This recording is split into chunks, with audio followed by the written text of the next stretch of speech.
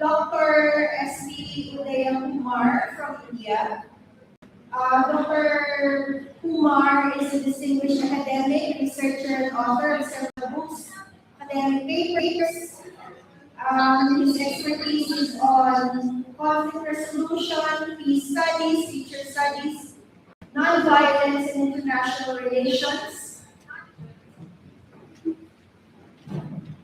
He is also an active member of the World Future Studies Federation and the International Peace Research Association. He is on the editorial board of the Journal of Future Studies and Review, and also one of the co-directors of Transcend, which is a peace and development network. Dr. Kumar also runs the South Asian Community Center for Education and Research, SACCER. Trust in India to carry out education and research ventures, and for our last speaker in this segment, for the urgency of renewables as alternatives in Asia, let me call Einar Pali, chairman and board of directors for the past 7 years of the board of the Chartered Electrical Engineering Association of Iceland. He has reviewed policies and regulations for electrifying transportation, digitalization of the government, and cybersecurity regulations, promoting jobs and skills of the electrical engineers in Iceland prior to the Iceland Parliament's approval of national laws in these sectors. Over the past 23 years, he has experience in automation and troubleshooting of renewable energy resources, particularly geothermal, hydro, wind, biofuel, carbon capture and storage, energy transmission, utilities, and other industries. So let me give now the floor to our speakers.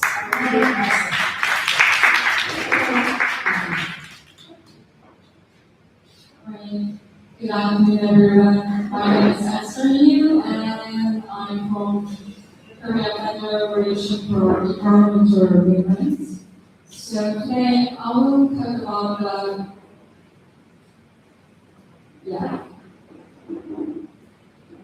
Can you hold please? Alright, thank you. Today I will talk about the myths surrounding SMRs focusing on the South Korean issues. My presentation is titled Dismantling SMR Myths. Next slide, please. So SMRs are promoted in South Korea and many other Asian countries as well. So they are calling them as a small, safe, fast, and cheap nuclear power. They are justified with words like climate crisis, energy security, AI economic center, power demands, and local economic revitalization. But today I'll explain why SMRs are not a real solution, but a false one. Next slide.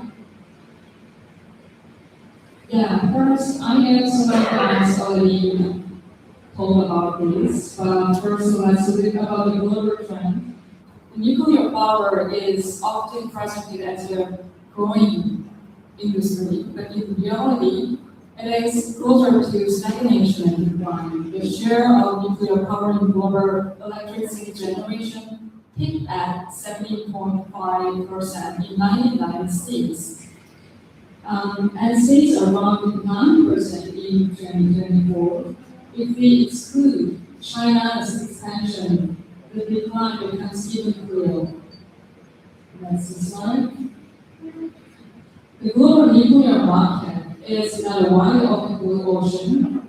It is narrow, political, and mainly by specific countries like China and Russia.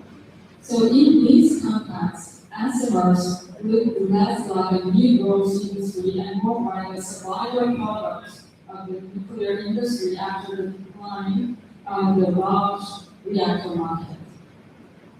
Next. So SMR stands for small modular reactor. The nuclear industry explains SMRs with three words: small, modular, and integrated. The small usually means 300 megawatts or less. Modular means factory-made modules installed on site. Integrated means key systems such as the steam generations are built into the reactor vessel. The key point is this: small, modular, and integrated does not automatically means economical, safe, or affordable. Next. So the first myth is economic feasibility. Most people already talked about it. The nuclear industry said SMRs will become cheaper because they can be manufactured in factories and assembled on site. But the history of nuclear power moves in the opposite direction. Since the 1970s, commercial reactors have become larger to achieve economies of scale. So larger reactors can reduce construction and operating costs per unit of electricity. In that sense, SMRs go against the economic history of nuclear power. Next. So in South Korea's ISMR is also naturally small in place. It is designed as 680 megawatt facility made out of four 170 megawatt reactors. From the perspective of the local community, this is not one small reactor, but a new nuclear complex. The construction cost is estimated at around 6 trillion Korean won, or roughly 4.3 billion US dollars. But its output is smaller than one large reactor, and it requires more reactors, more facilities, and more complex management to produce the same amount of electricity. Next. So international cases shows the same thing. IEFA describes SMRs as too expensive, too slow, and too risky. Russia's floating SMRs show costs increased by more than 300%, in China more than 3 times, and Argentina 600% over. So SMRs are not becoming cheaper, they remain expensive and uncertain. Next. So NuScale is even a clearer case. It originally started with a 50 megawatt module, then increased it to 77 megawatt to improve economics. The project then shifted to the 462 megawatt module by combining 6 modules. But the Utah project was cancelled in 2023 because of the rising costs and failure to secure new buyers. So its estimated construction cost more than doubled. Next. So the second myth is speed. SMRs are promoted as fast because they can be manufactured in factories, but real-world cases shows otherwise. Only SMRs projects in Russia, China, and Argentina were promised in 3 to 4 years, but actually took around 12 to 13 years. NuScale was started in commercial operation in last year, but the target was pushed back to 2030 before the project was cancelled. In South Korea, ISMR are also planned only for the mid to late 2030s. So 89 center need electricity now, but the SMR is too late. Next. So the third myth is safety. SMRs are promoted as safe because they are small and integrated. The basic nature of nuclear power does not disappear. Integrated designs such as an ISMR place steam generation and key equipment inside the reactor vessel. So this is promoted as a reducing timing, but it can also make inspection, repair, and accident response more difficult. If four reactors are working together, control, maintenance, and emergency response become more complex. So some studies also show that certain SMR designs could produce up to 30 times more radioactive waste per unit of electricity than existing Russian reactors. Next one. The first needs is flexibility. The nuclear industry says SMRs can support renewable energy, but the economics of nuclear power contradicts this claim. Nukes close estimated assume 95% capacity factor, but a reactor that needs to run at 95% capacity to be economical can also operate flexibly with reliable renewables. So if output is reduced, the unit cost of electricity rises sharply. So nuclear power is not flexible resources like batteries that can be charged and discharged. Next one. So South Korea's SMR push is not just research and development. It is a strategy to sustain and revive the nuclear industry. South Korea already developed a small reactor per month, but it was stupid, as you know. So despite investing 340 billion won, roughly 240 million US dollar, it was never built or exported. Now, South Korea is investing again in ISMO with a budget of 400 billion won, roughly 300 million US dollar. So this is combined with research institutes, industrial complexes, and special legislation. SMRs are not an avoidable choice for electricity supply in South Korea. They are policy choice to sustain the nuclear industry.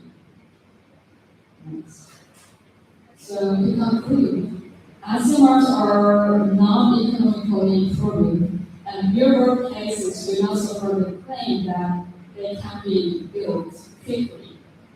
They are too expensive, too slow, and too risky to play a meaningful role to the transition away from fossil fuels in the next 10 to 15 years. Their safety is not proven, and they may worsen the nuclear waste problem. So South Korea's experience is very clear. Smart SMRs failed, and the ISMRs is again a massive public funding. SMRs are not a survival strategy for us. They are a survival strategy for the nuclear industry. So we must move toward greater democracy and a faster transition to renewable energy. I hope each of our countries will stay resilient about SMRs and continue building joint response to it. Thank you.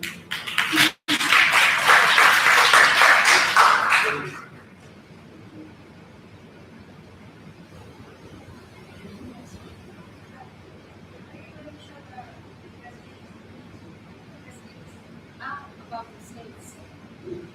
Yeah. Say that? So yeah, before I end my presentation, I would like to propose something for all of us to consider. Okay, can you show that? So as many of you may already know, last night the Korean government and KHNP announced the candidate site for 2 new large nuclear reactors and 1 SMRs. One site is Yeongdo, where 2 large reactors are planned, and the other one is Kisan, where the SMR is being proposed. So for those of us from Korea, this announcement is very deeply disappointing, but I believe this is not only a Korean issue. So on this forum, Next day, we will visit Batam, where people successfully start a new nuclear power plant.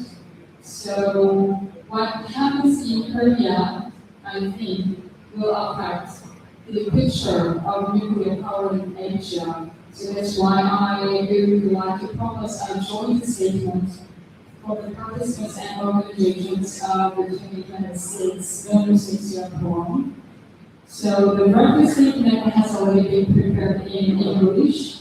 It condemns the destination of new nuclear power plant design in Korea, calls for a withdrawal of those plans, and urges investment in renewable energy and just energy transition instead. And I am not asking for an immediate decision right now. So whether I would like to ask everyone to take some time today to read the draft carefully and discuss a within validation if necessary, and consider whether your organization will be willing to university or not. If there is a broad agreements among participants, I would like to suggest that we release a statement tomorrow morning as a call to the voice of the association world. So, yeah. So, that's all. Thank you for considering that proposal. Now let us hear from Dr. Kumar.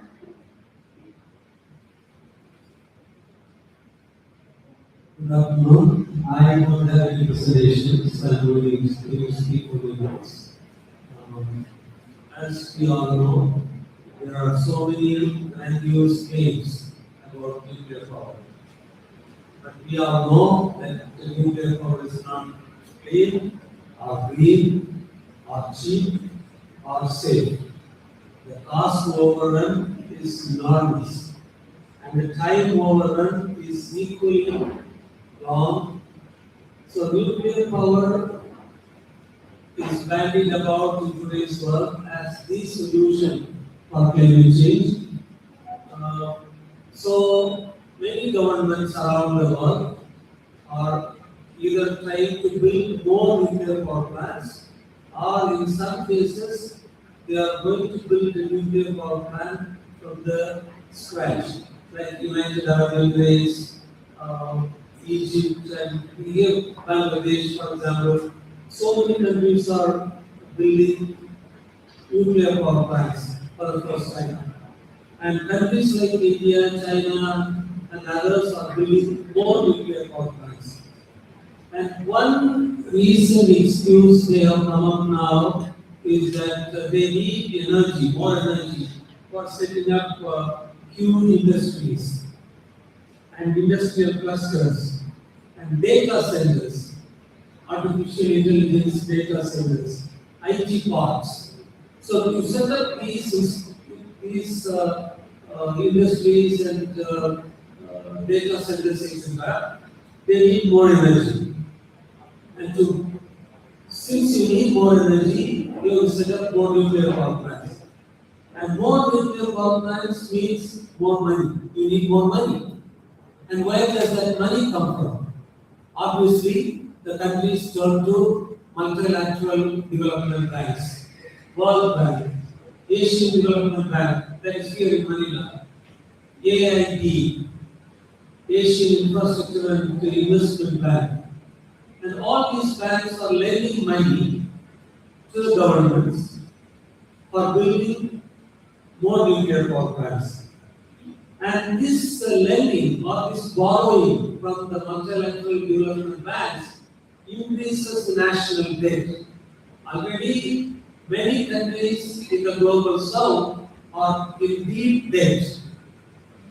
So it's only going to increase the national debt. And it worsens the financial dependency. Also, it heightens the security vulnerabilities.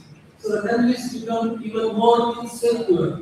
On the one hand, we try to get energy security, but on the other hand, you become financially insecure. So nuclear energy is definitely not a sustainable solution for energy transition. We enjoy electricity for 40 years, but the successive generations will inherit debt and destruction. Debt because the countries are borrowing so much money. And who will be paying that loan? The next generation. And in the name of energy security, national security, and all that, we are building more and more destruction. It all leads to internal socio-economic, political insecurity, and this national scenario changes drastically. I will give you one example, the India's case.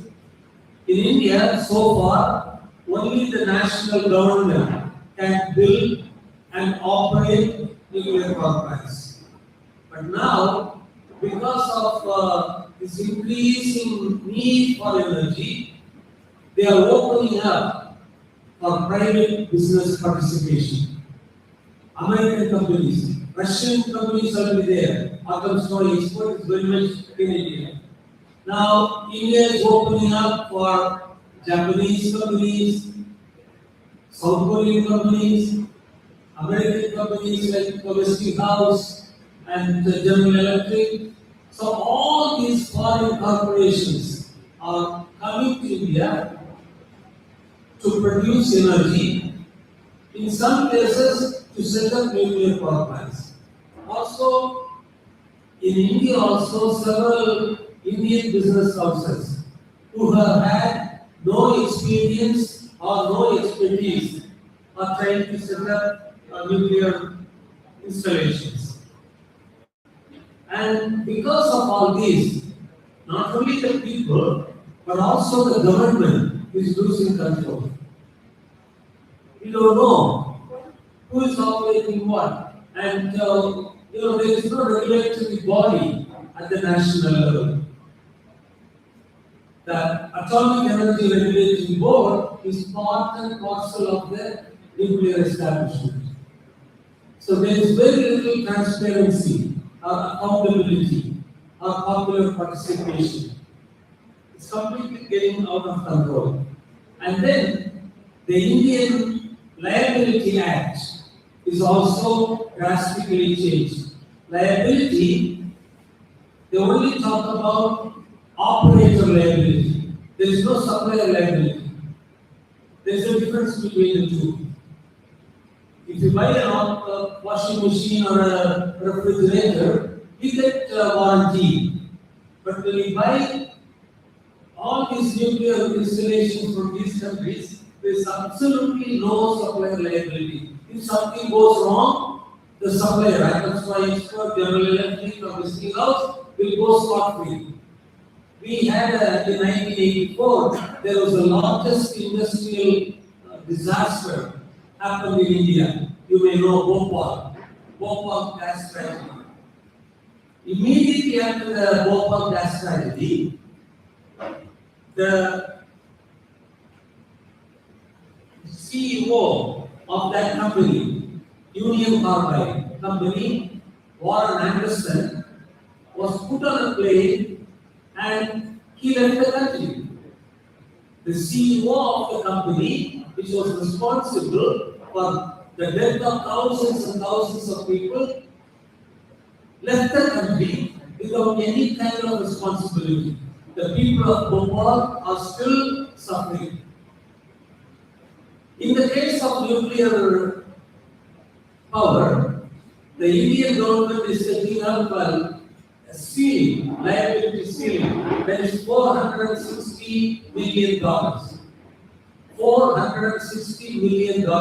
Our friend from Japan this morning was explaining the Fukushima situation. Now, according to one estimate, the Fukushima cost so far, until 2016, now it's 2026, 10 years ago, the cost of the Fukushima accident was $187 billion. $187 billion. But the Indian government is setting up a ceiling of $460 billion. It is bitters. It is used for nothing. This will not help the people in any way. So we see a combination of profiteering corporations, career-minded technocrats, and the secretive state of India. When these three entities join hands, secretive state, career-minded technocrats, and profiteering corporations join hands, it will be a deadly combination for the ordinary people of India. There is complete opacity, total secrecy. There is no accountability. They don't share any information. I went to the court, Delhi High Court, demanding a report of a nuclear power plant near my hometown, Puram. I asked for a copy of the safety analysis report, which is a public document. In countries like United States, Canada, Britain, it's a public document. They put it up on the internet. But the Indian government doesn't want to share that document with us. The court, the Delhi High Court, has recently, just 2 weeks ago, ruled that that report cannot be shared with the public. So obviously there is no sharing of information which has to do with the safety and well-being of the people. Who are mostly affected by this? Ordinary people, fisher people, farmers, Adivasis, the indigenous people. These communities are the ones who suffer the most because of lack of information and lack of solidarity or help from the government. Now, in the name of climate emergency, all kinds of food is going on the nuclear front. We know polluted air is a problem. We all agree. Carbon monoxide, carbon dioxide, and all these things are a problem. So polluted air is indeed a problem. We acknowledge that.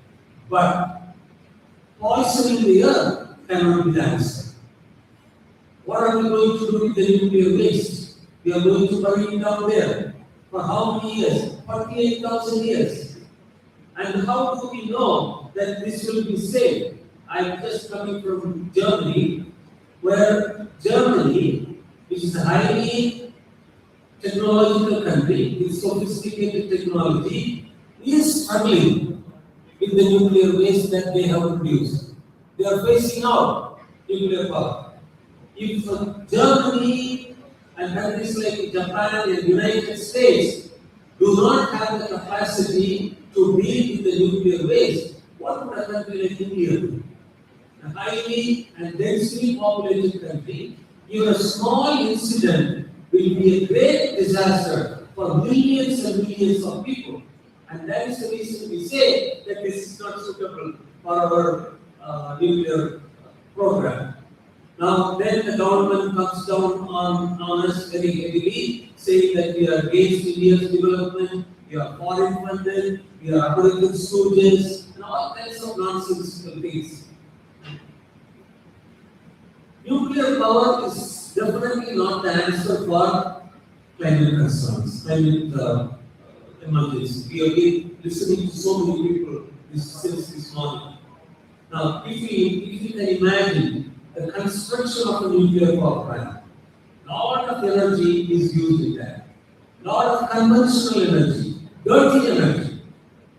And imagine the amount of steel, cement, and other things that are used in the construction of a nuclear power plant. All these things come from dirty energy.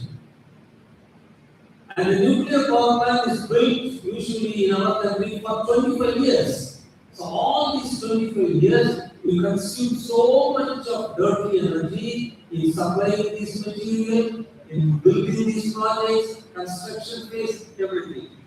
And then you run the nuclear power plant for 40 to 60 years. Where does the energy come from to run the project?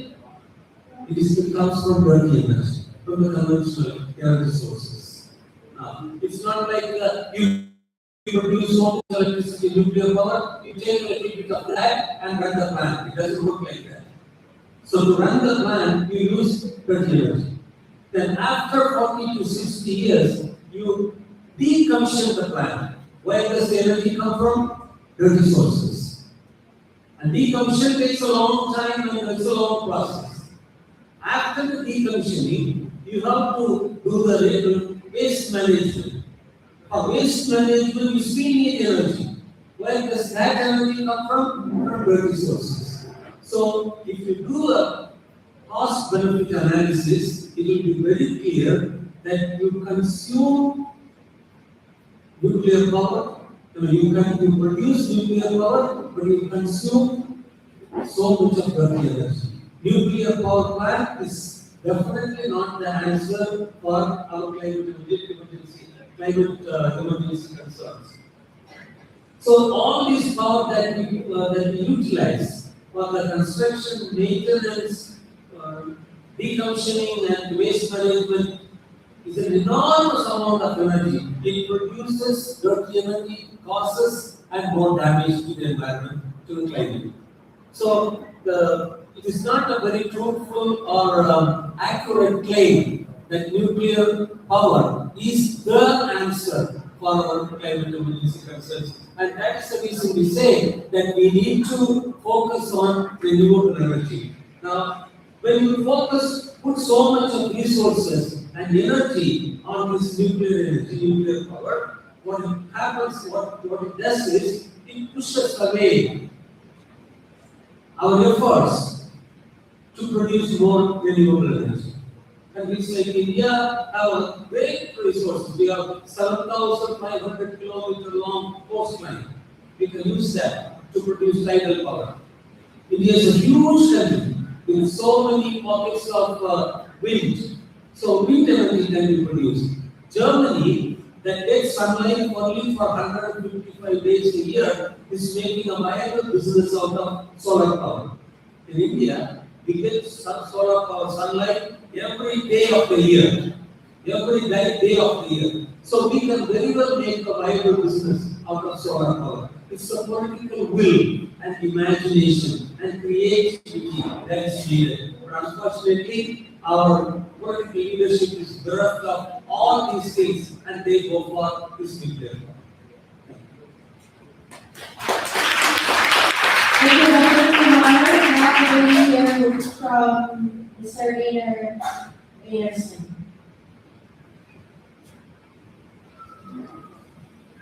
Hello everyone, I'm Rainer from Sustainability Iceland.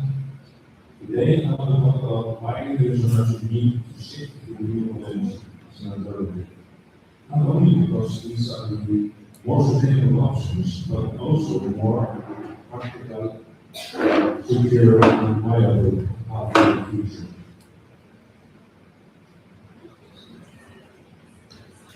We are living in a time of profound change. Climate pressures, geopolitical conflict, and global supply chains have made the world economy more uncertain and made the energy and food security a central part of economic independence. Across the world, the conversation has moved beyond a simple cost efficiency. Countries are now talking about in terms of resilience, sustainability, and technological self-reliance. In this new reality, the energy is no longer just an input into production. It's a strategic resource that shapes national strengths in industrial competitiveness and long-term development.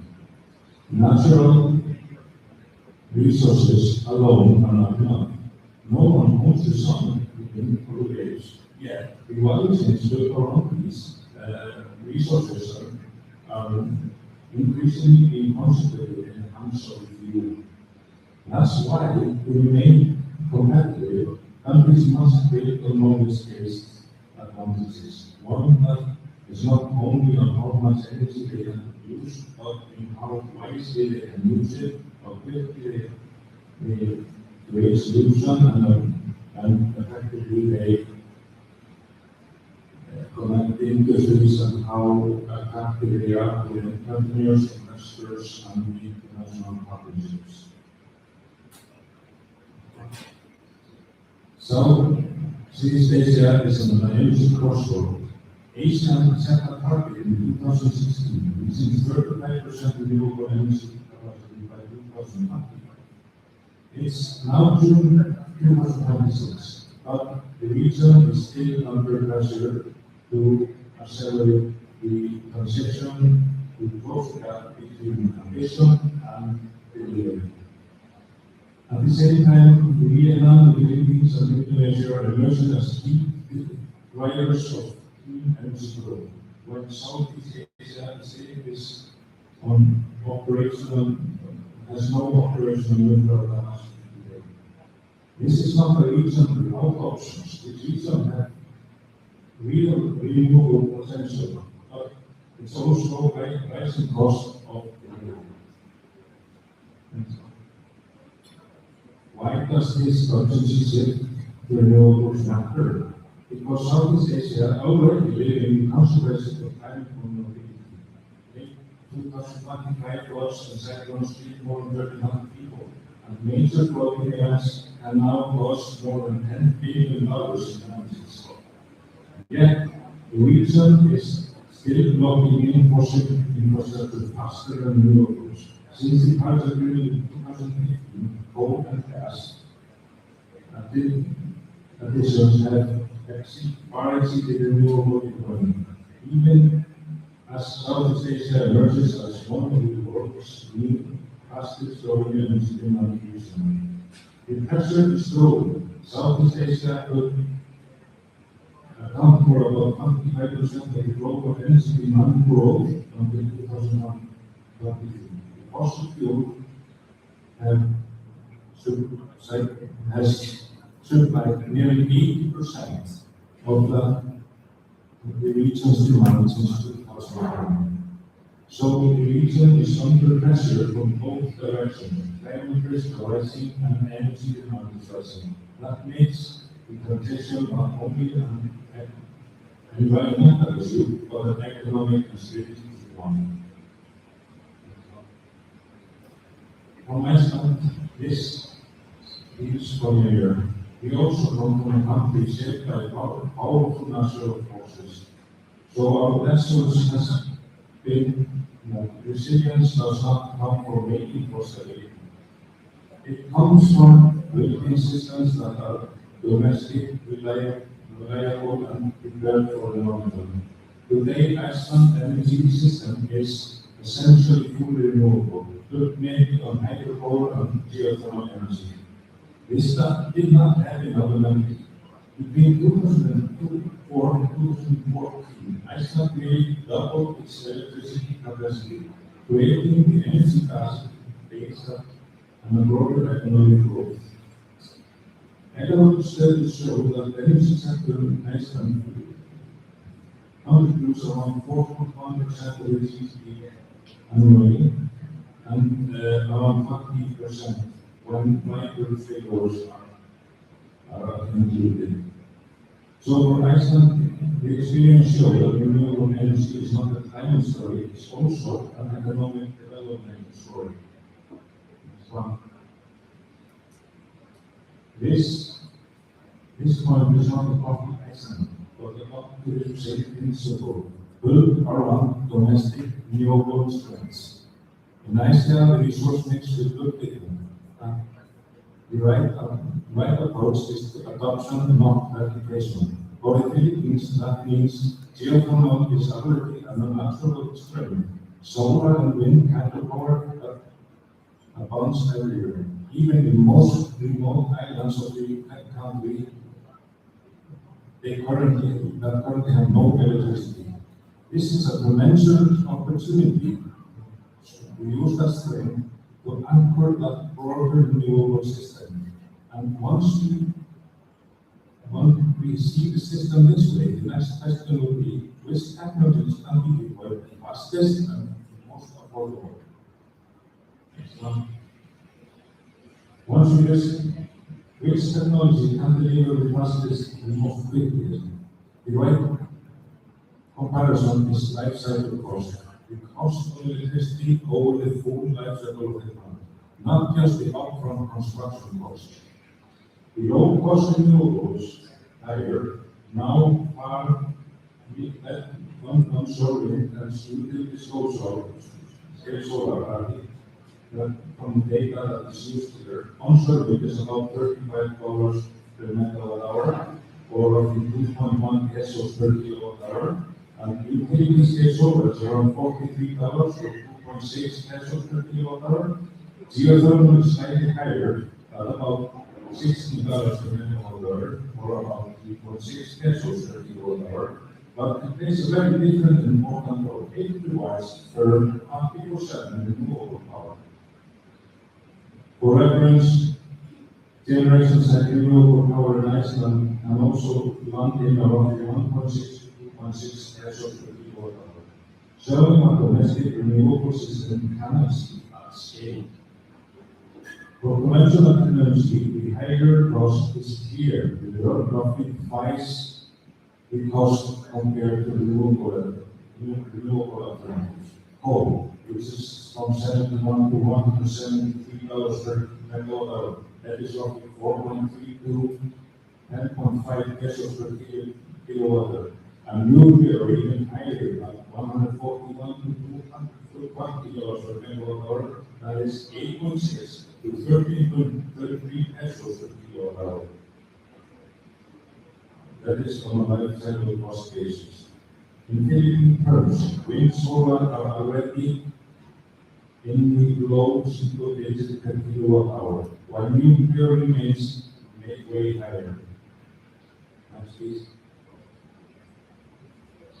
The Philippines is not starting from zero. It already has a natural resource base that it can support a diversified renewable energy system. In fact,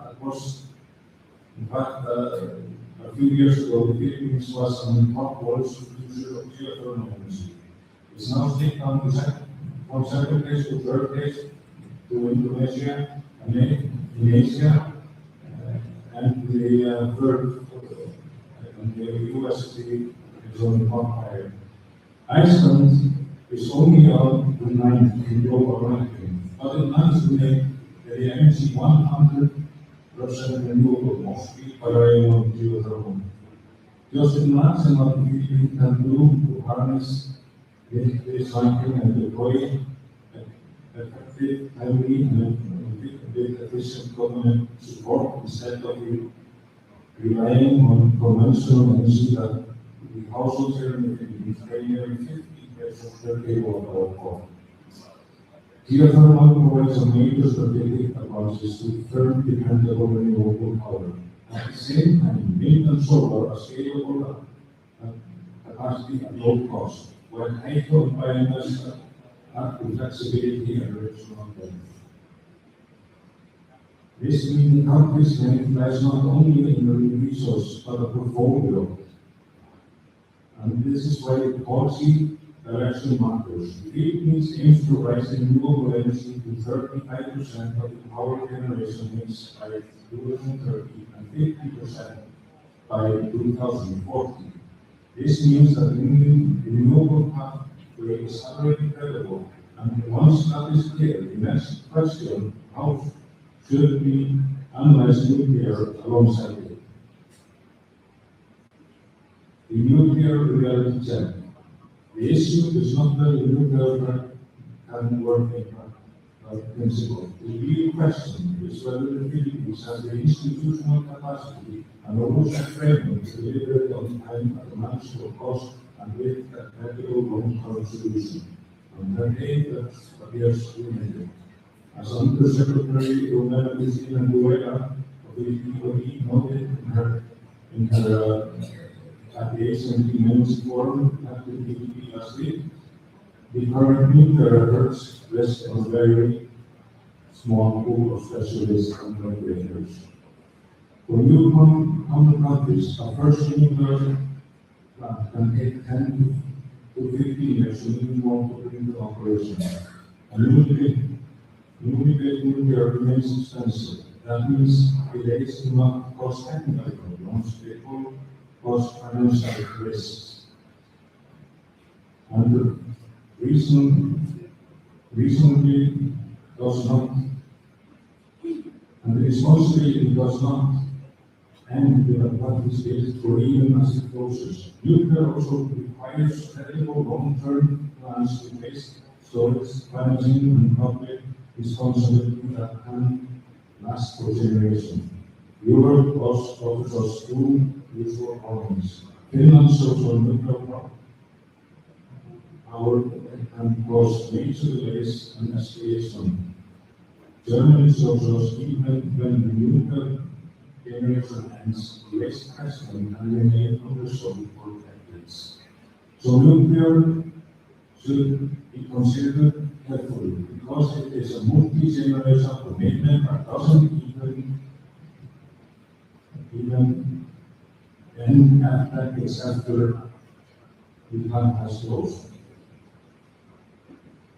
It may lock the country in a long-term dependent on imported fuel, foreign technology, and special expertise that cannot easily be swapped or mixed with other countries or company systems. In practice, it is not. It is far from, by all means, even that you can start with a Korean system and then you can just, if supply swappers, simply switch to a Russian one or French one. For a country seeking greater economic self-reliance, this is an important consideration. Renewables offer different pathways. One that is built around more directly on the country's own domestic resources, local capacity, and long-term economic security with much lesser risk of contamination and much more cost efficiency. As we concluded, the main point is this: the energy transition is not only about having more power, it's about making electrical choices on how to meet rising demand while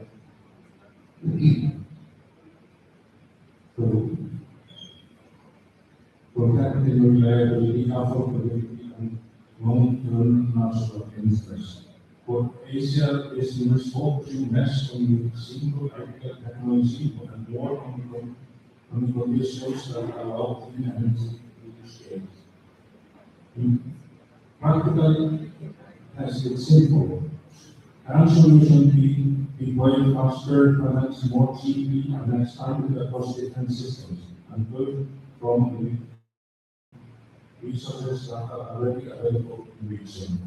That is why the four clusters matter: faster, cheaper, scalable, and available. Faster means shortening permitting and approval timelines, so projects can move at the speed of the demand is growing. Cheaper means that recognizing that renewables such as solar, wind, and hydro and geothermal are currently among the most competitive options in the region. Scalable means both large-scale connected systems and decentralized solutions like microgrids so that the functions transaction reaches people in more places. And available means that recognizing that many Asian countries already have strong domestic renewable resources that they can build from. So build what is faster to deploy, cheaper to finance, and scalable across different systems and readily available. Because in the end, the energy decision is not about electricity. This is about what kind of society we choose to build for the future. One that is resilient, competitive, innovative, and able to grow on its own strengths for the future of our children and generations thereafter. Thank you. Thank you, Mr. At this point, we're going to open the floor for 2 questions. Our valued guests, so we are going to hear both questions at one time and then let the panel answer. Thank you. Again, please state your name and organization. So I would like to pose a question to Mr. Ryan. Sorry, you, Mr. Adnan. My name is Wan Ling, and I'm from Taiwan. And in the last year, we successfully shut down our last nuclear power plant, and we're seeking for alternatives. However, with, like, for example, solar power plant and solar panels and windmills, comes with a lot of, I would have to say, commercials, and kind of like geothermal is kind of similar with nuclear in the sense that it produces constant energy that is kind of matchable for AI or all that. They're looking forward. However, in this month and the past month, we are changing the law. The government is changing the law to make this the laws on electricity to match with geothermal. And I studied the law, and I noticed there's one huge obstacle within Taiwanese law system. That is because these geothermal land can be everywhere, on the farm, on the port, or on the mountain area where the indigenous people live. So it actually coincides with many different departments in the government. They need to work together, and they have to change their law, including the land law, like how we manage the law, the lands. And I would love to know, what does ISO do to make all kind of different departments and systems of law to work to make it possible to push for geothermal electricity. Let us hear this question from Management. Thank you so much. I have a question about this Korean application. I know that Korea wants to implement use of money. Wants to introduce use of money and by their own technology. Oh, okay. South Korea wants to implement nuclear submarine by their own technology. And ISMR is very much used in some reservoirs megawatt. And I agree with you that there is no urgent need to build ISMR in South Korea. So is there any relationship with the program of the building nuclear submarine and the ISMR program? Is my question. So if I answer your question about the laws, we Iceland, we have basically used geothermal since since 1993. So basically our laws are already around these issues. So what we have been also doing to advocate for geothermal is to have clusters that are working together with all stakeholders in the value chain. We have the government, the universities, and all the companies that benefit from investing in geothermal all working together. And this is to help us get more regularity and streamline the passing of geothermal resources. And I also want to note one thing. Geothermal is the one renewable energy that requires the least amount of land used.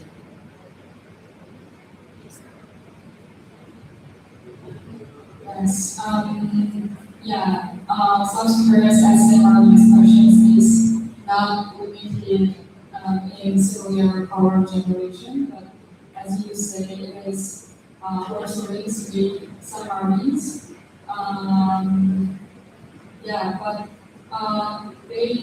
Two of them are not demonstrated, never demonstrated in South Korea. So it is only just on the action plan.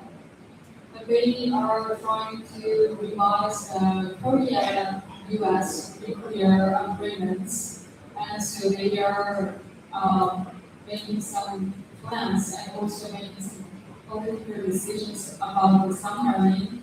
But it we didn't do much actively, just about there at the level of R&D. That's for Yes, Can I ask first? okay. So CJ and the candidate from training, title. Good afternoon again. Thank you first for your insights. My question is addressed to Professor Kuno. Sir, good afternoon. So, here in the Philippines, ADB has been planning private centers for nuclear power plants construction.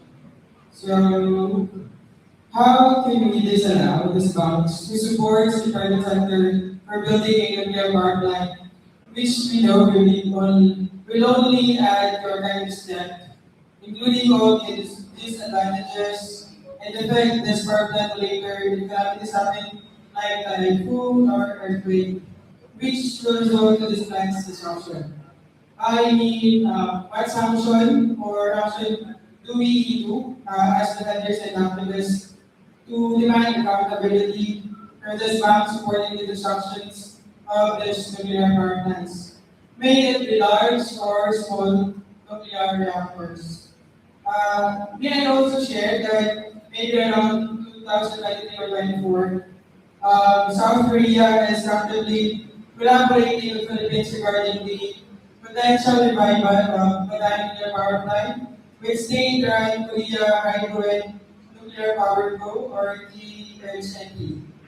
Finding and conducting comprehensive feasibility studies. However, Korea has not yet officially committed to finding the multi-billion-dollar construction itself.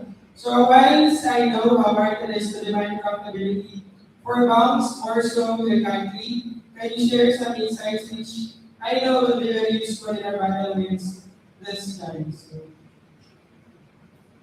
Hi, I'm Wei Yang from Taiwan GCA. So my question actually is from Esther. I think perhaps all three speakers can also share your thoughts on this. So the main topic is about the industry's responsibility when it comes to energy consumption. Because as you mentioned that Korea and I believe the same as Taiwan and other Southeast Asian countries are using the expansion of AI, and the energy management as an excuse to build more nuclear power plant or SMR. But the question is, so in this sense, the government is trying to steal energy for the company, for the industries. While the industries, they just sit there and receive the energy, but they also have the responsibility to produce energy that consume and largely. And so in Taiwan, we observe that for example, semiconductor industry, on one hand, when they come to fulfill their RE100 target, they say, oh, I need more green energy. And if Taiwan doesn't have enough green energy, they will purchase overseas. And on the other hand, they say, oh, we also need stable energy, so maybe nuclear power is an option. So they want it all. But what about, we can actually ask the companies, the industry, to take more responsibility in terms of energy production. For example, have they built solar panel in their industry site or something like that? I mean, we have emphasized so much government policy, but I think relatively less on how the company or industry can react to this issue. And they just sit there and enjoy a cheap and stable energy. I think that is not the right direction. I want to say very briefly your question, because we don't have much time. We as Taiwan's TSMC, we have Samsung. So Samsung and Kakao. So many of the corporations need more electricity, and they want to build more data centers in South Korea.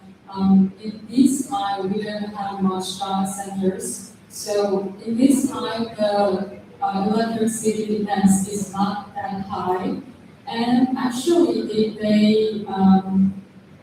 I remember just 5 years ago, they really wanted to make more renewable energies because of the goal of our renewable energy 100%. But right now, when we go through the last president, they made a new concept about CF 100, the carbon-free 100. So the energy, the thinking about the energy is totally changing during that time, like carbon-free energy. So nuclear power and SMRs are also included in that carbon-free energy. So in the comparisons, we didn't think about the renewables or the other things. So the nuclear power is also actually green energy in South Korea right now. So they are doing some kind of GMs like Japan. Yes. Dr. Moore. To answer your question, these multilateral development banks financing nuclear power plants is an emerging issue. They are only in the process of revising their policies, and I think it depends on us to educate the civil society about the emerging scenario. When the governments borrow so much money from these multilateral development banks, it's going to create dependency on these banks. And it's going to cause a lot of debt for the people. So private corporations benefit, but the burden falls on the shoulders of the people. So debt is going to increase, dependency is going to increase, and it's going to increase a lot of corruption also. In our countries, the huge problem that goes unanswered or undiscussed is the corruption. Why the national governments go for this kind of massive energy projects is because they can steal a lot of money. In India, for example, if you want to set up a windmill, it costs like say 2 million rupees. Whereas if you build a nuclear power plant, 20,000 million rupees. So if you take 2%, 10% from the 2 million, it's insignificant. But if you take 10%, it's not 10%, it goes up to 40%. You steal that much money from the larger project, you get a lot more money. So corruption is another important issue. And all these things have to be taken to the people, and people have to be educated. Look, it's not just about energy, it involves a lot of other factors that have disastrous impact on our future, our successive generations. So that is where the work has to be done.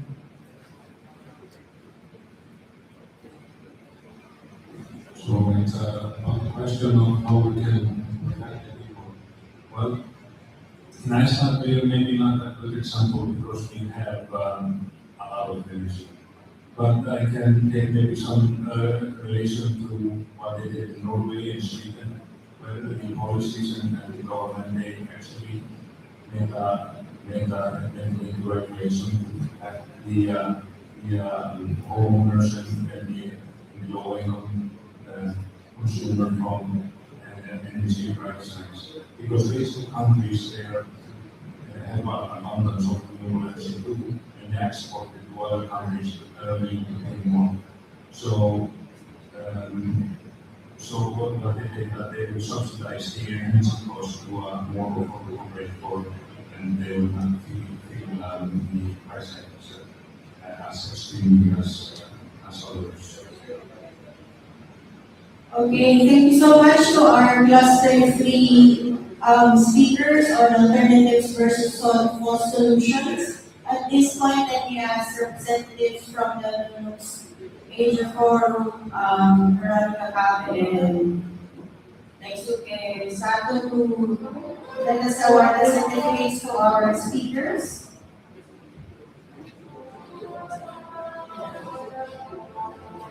So, Derek and Santa.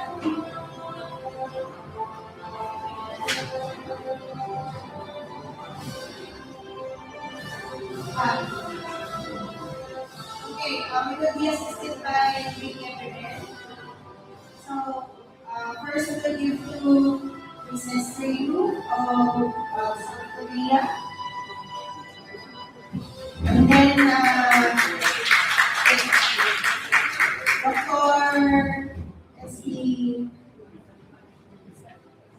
Andrea Kumar. And finally, Mr. Einar Palmi Anderson.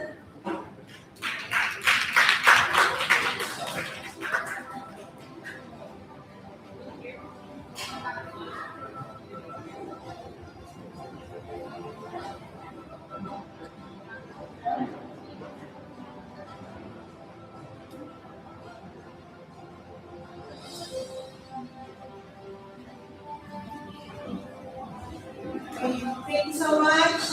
Now I give to my colleague, co-host for this afternoon session. Alright, so before we proceed to the next part of the program, hooray! I'd like to request one more thing from you guys. So when I say you say hooray, and then when I say hooray, you say hep. Is that okay? I think it's not okay for them. Is that okay, guys? Yeah. Alright, hooray! Planta nuclear! Alright, thank you so much for your participation. It's very much appreciated. So, to move forward to the next part of the program, we'll be moving forward to the cluster for our regional success stories. And it will be discussed or they will share their insights and knowledge about the regional success stories in the regions, starting with Professor Fat Longshi. She will discuss shutting down Nukes or pushing for alternatives. We also have Ms. Maria Sardenas, Executive Director, and she will discuss renewable energy. Maybe I can invite those two speakers for this afternoon for the cluster forum stage.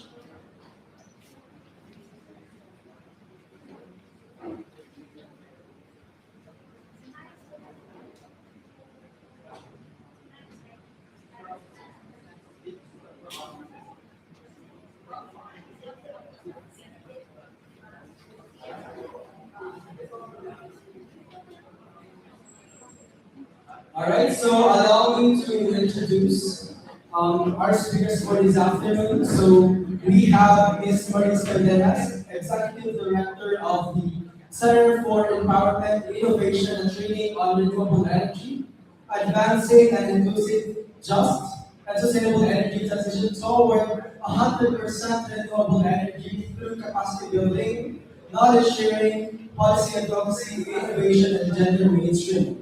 She brings more than 2 decades of experience in advocacy and campaigns, policy research, and public communication in the Philippines energy sector, which spans significant energy sector initiatives including oil, the regulation, electric power industry reconstruction, biofuels development, and acceleration of renewable energy development. We also have Professor Fat Longshi. She is on the academic committee of the Taiwan Environmental Protection Union. She was also the professor of London School of Economics and of course an anthropologist. Let's give them a round of applause.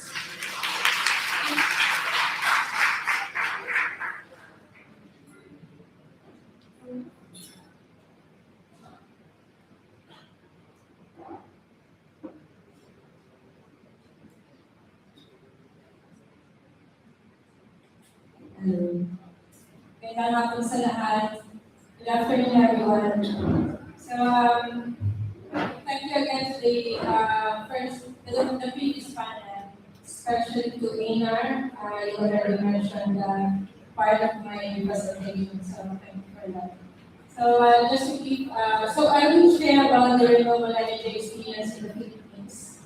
And before that, I would like to give a background about our organization. Next slide, please. Yeah, just a short background about the organization, Center for Empowerment and Innovation and Training on Renewable Energy or CENTRE.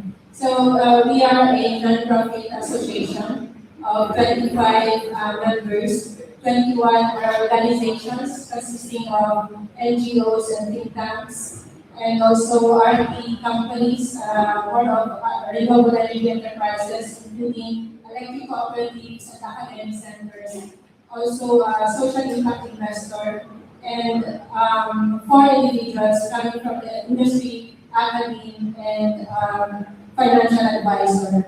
So our vision is towards realization of 100% renewable energy to address the energy poverty and also realize democratization of energy. Our program is referring to realize 100% renewable energy through capacity building, linkages, advocacy, innovation, and mobilization. In the capacity building, we have also established a Renewable Energy Academy, which aims to broaden the advocates and practitioners in renewable energy. And in research and advocacy, we focus on policies that will broaden the participation in renewable energy, make it more inclusive. So we are focusing also on distributed energy resources programs. And in the innovation, we also focus on the application of RT technologies, especially for livelihood or for productive use and for essential service. And also in empowering the community and women. Okay. And then just a short background about the Philippine power industry transformation. So the Philippine power industry, the different changes that we have experienced through the years from the time under Marcos Senior until this recent Marcos, the present Marcos. It's a mix or interlinked issues of political, economic, fiscal, and energy. So earlier it was already mentioned by Professor, the Indian experience is very much also real experience in the Philippines. So many of the energy projects are mired with political issues or corruptions, which also lead to or have led to the debt crisis, fiscal crisis, and then it's a cycle. It's becoming a cycle. So we had a Batan nuclear power plant, which also, I just started, now it's 10 years, okay. So the BNPP also caused,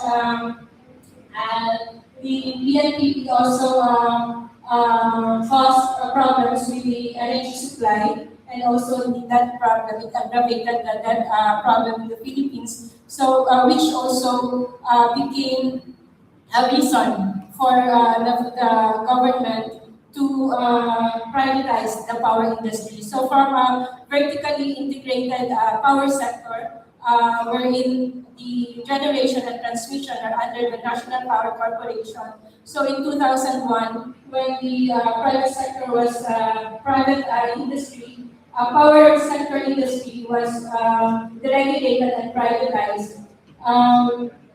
The debts along with the debts of NAPO power transferred to the taxpayers and consumers. And that also affects us in terms of the cost of power.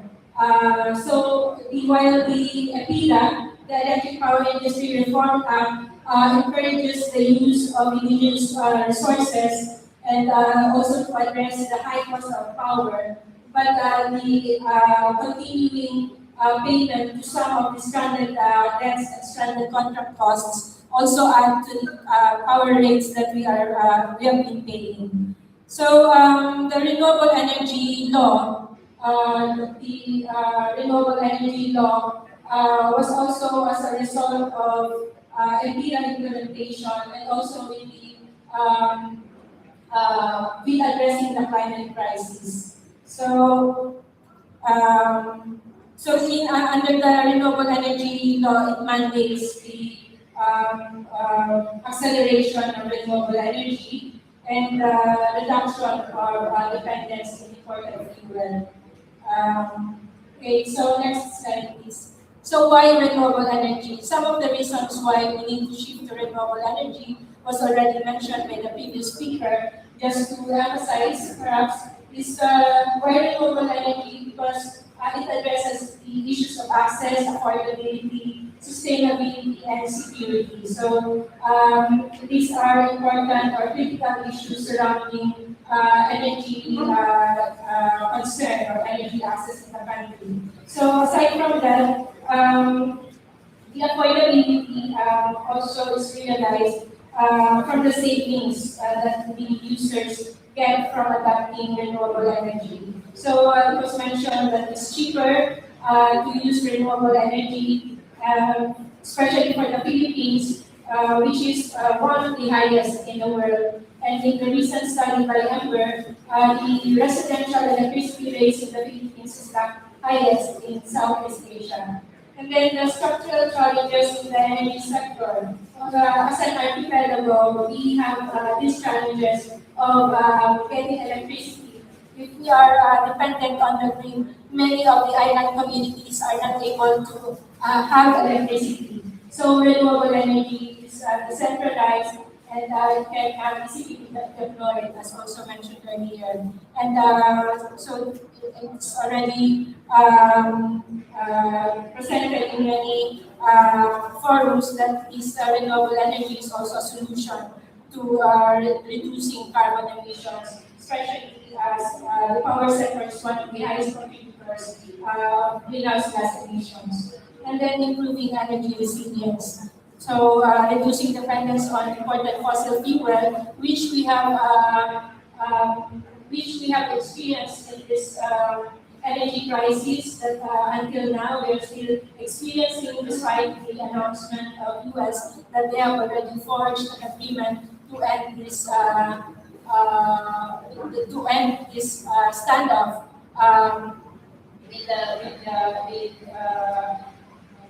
in the Middle East. So we know that we need to have our own source of electricity, and not only that, because of the impacts of climate change, where Philippines is in the ring of fire, and then storm path. So we experience storms or typhoons about 23 times a year. So we need to have energy systems that can still generate electricity even with that kind of condition. And then why renewable energy? According to studies, renewable energy can create jobs in different phases, from planning, design, implementation, and even maintenance of the facilities. So next slide, please. So far, the renewable and energy targets, particularly the power industry, the government has set 35% of RE in the power generation mix by 2030.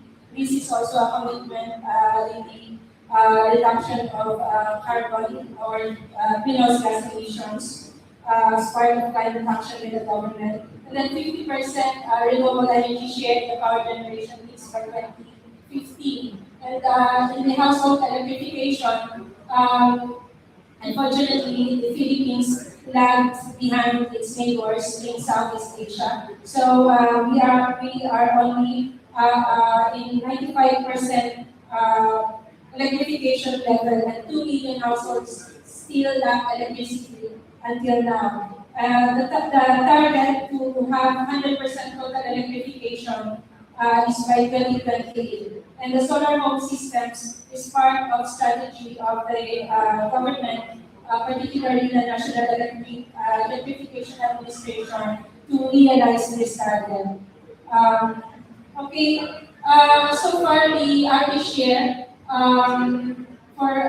since 2008 until now has still been still low. So in 2008, when the Renewable Energy Act was passed, it was at 34%. So remember, the target is 35%. So from 34%, the RE share went down to 26% in 2013 and 23% in 2005. In 2008, 2013, and then 2018. And then last data, the recent data shows that we are at 25.6%. So there's still a lot of catching up to do by the government in order to reach the target of 35% RE. So that's equivalent to 12,335 megawatts additional capacity needed by 2030 to reach that target. Okay. Next slide. So in the Philippines, there's a growing adoption, growing awareness on the benefits of renewable energy, and also this awareness has intensified because of the recent energy crisis that we have experienced. So last month in the solar and storage drive, which is done annually, there was really a big or a huge increase in the number of people attending that solar and storage drive event, wherein there were so many exhibitors. And these people were not just companies, but they are ordinary household or homeowners, and also potential startups or businesses. And some saw opportunities for income in renewable energy, and some saw the huge savings they can get from adopting renewable energy. So the uses so far is not just for lighting or household electrification. There's also an increasing adoption of renewable energy for its productive use to support livelihood and businesses, and also for disaster response, recovery and rehabilitation, and also for ensuring essential public services, especially healthcare, communications, and transportation, and even in the peace and order or human security. The renewable energy that are technologies that are adopted in the country can be remembered as big show. That means biomass, geothermal, solar, hydro, ocean, and wind. So for the new renewable energy that we have are solar energy, wind energy, and hydropower, particularly the small hydropower systems, especially for productive use and also biomass. We have also started developing ocean and tidal power. For solar energy, we have the solar PV rooftop systems, and then ground-mounted solar program systems, as well as the floating solar PV systems. For the wind energy, we have onshore and offshore. So far, we have 443 megawatts installed capacity in this utility scale onshore, utility scale wind projects. We have 307 active contracts, but we only have 212. We only have 443 megawatts capacity out of the projected 100 gigawatts capacity from these active contracts. What is not developed yet, and which can also benefit especially smaller communities or island communities, is the small wind energy systems. And there are academic centers already promoting this, and this needs to be also promoted, especially for local government units, because this lessens negative this lessens the displacement of communities because of the area that can be occupied for this project. So next slide, please. There are so many policies implemented by the government to accelerate renewable energy deployment and adoption. Many say that we have a lot of policies in the Philippines pertaining to the energy sector, and even especially the renewable energy sector. And aside from the legislation from the Congress, there are supplemental policies or complementary policies being issued by the Department of Energy as well as the Energy Regulatory Commission. So these policies are meant to encourage the entry of more players, to entice them to invest. And recently, the policies also include streamlining of permitting process, because this is one of the hurdles. And there are also policies that would facilitate the financing of renewable energy, especially for smaller adopters. So there are also policies. Most of the policies, however, are aimed when they were formulated, the utility scale companies were being considered. So we see that there is lack of inclusiveness in the policies. That's why small adopters are not able to really participate, and that's where we want to intervene to broaden the participation in the renewable energy sector. Okay, so yeah, and so the prices of article were already given.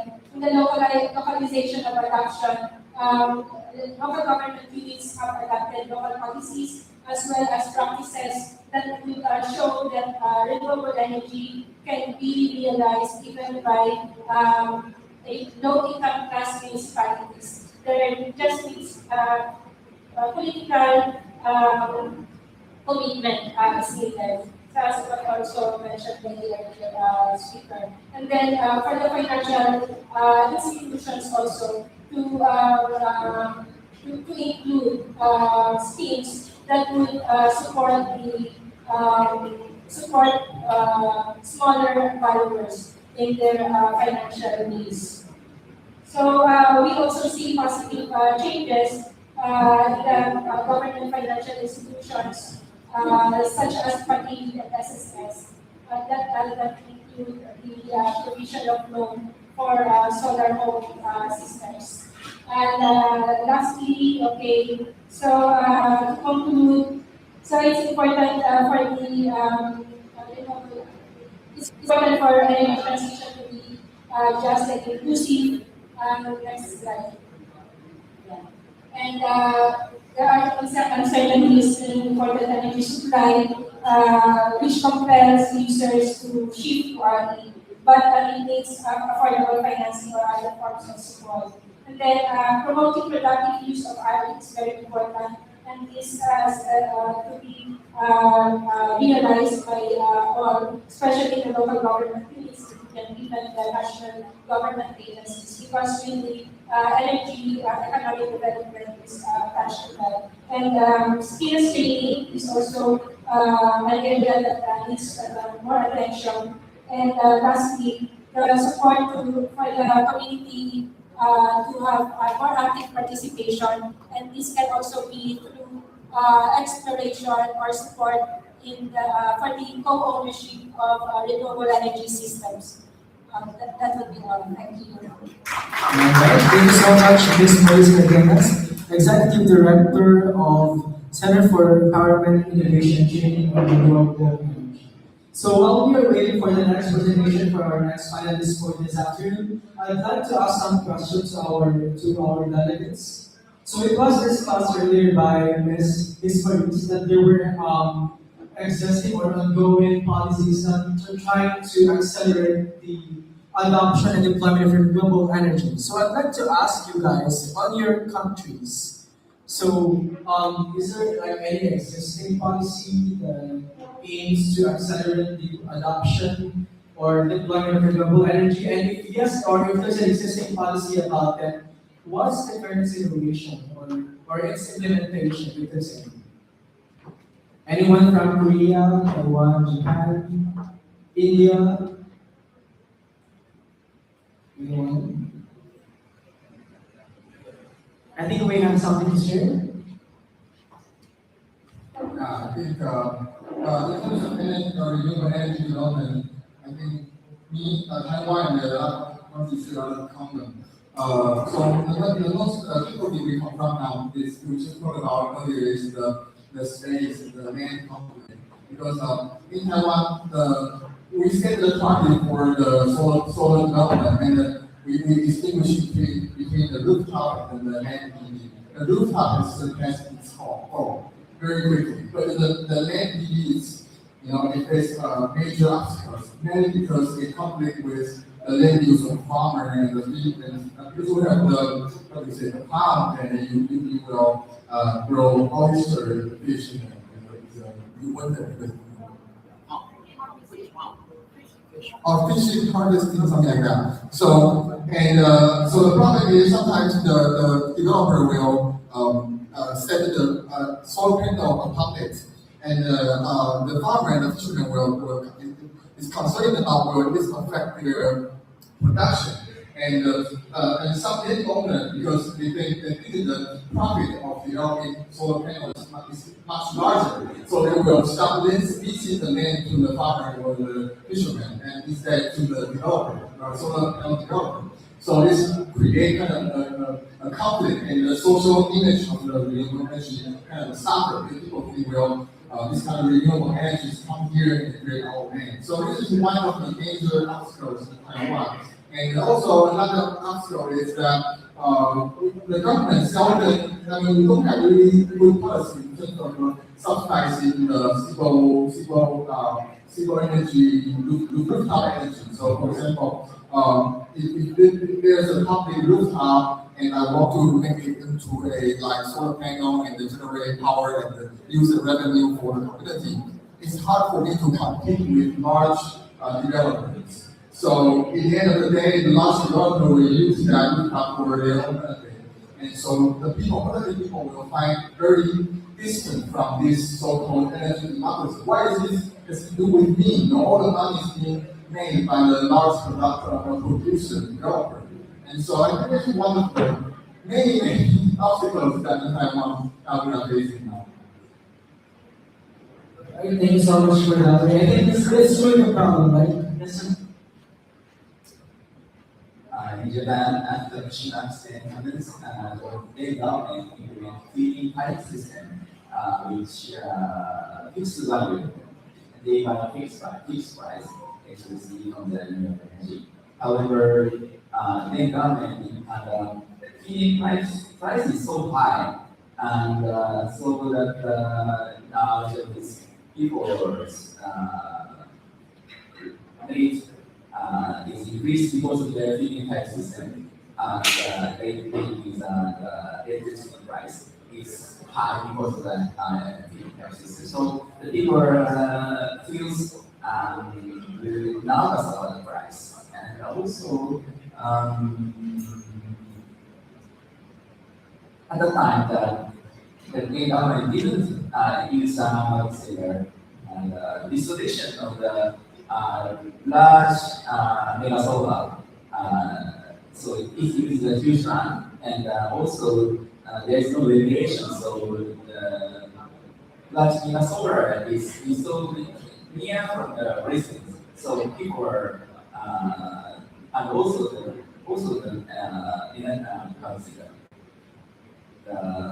protected area. And the mega solar built in a protected area. So the natural resources are natural resources, but the environment is blocked by the solar. So in Japan now, many people are amazed about the solar implementation.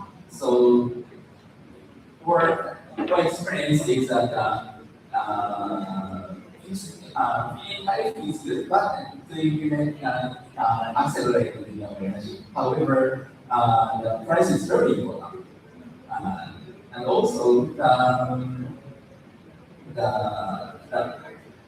regulation is very important.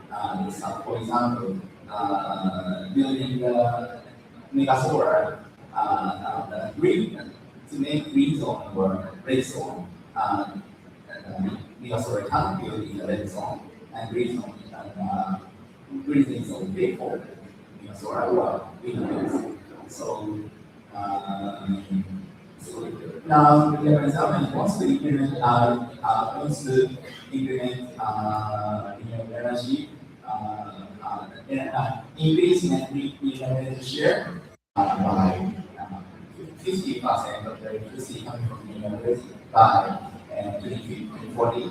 However, this target is very difficult to meet. So initial stage is very important. Thank you so much for your insight. So let's move forward to our next presentation from Professor Fan Longxi. She'll be shutting down no exposure for others. Thank you. It's my honor to share everybody about Taiwan's experience on shutting down Nuke, pursuing alternatives. I apologize my PPT file a bit deformation because I use the Apple keynotes and I can bring my laptop and transfer to the Word. So kind of the nuclear disaster information. Okay, the current status of nuclear power plant in Taiwan. There were 3 nuclear power plants in Taiwan, and each NPP has 2 units. So in total, 6 units. In 2018, the NPP 1 unit 1 shut down in 2018. NPP 1 unit 2 shut down in 2019. And NPP 2 unit 1 shut down in 2021. NPP 2 unit 2 shut down in 2023. And NPP 3 unit 1 shutting down in 2024. And NPP 3 unit 2 shut down in 2025. I think everybody is happy with the result, right? And our NPP 4 has been constructed but never operational. I think it's like the Philippine case.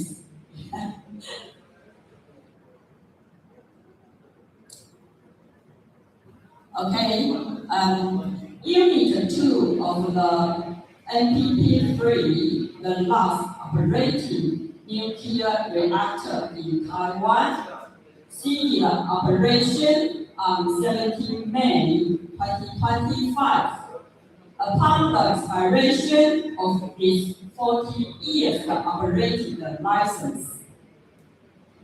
After this, no application for license renewal was submitted. In line with the ruling party, the Democratic Progressive Party, DPP, long-standing anti-nuclear policy, and which was advanced during the administration of the female president, Tsai Ing-wen. And consequently, Taiwan officially entered a era of nuclear-free homeland on 17 May last year. All 3 nuclear power plants and the level 6 reactor units had been retired sequentially as their operating license expired, ending the use of nuclear energy for commercial electricity generation in Taiwan. So the outline of my presentation: first, life after nuclear power, Taiwan first year. Second, unfortunately, discussion on the potential restart of the nuclear power generation in Taiwan. Third is challenge in restarting nuclear power in Taiwan.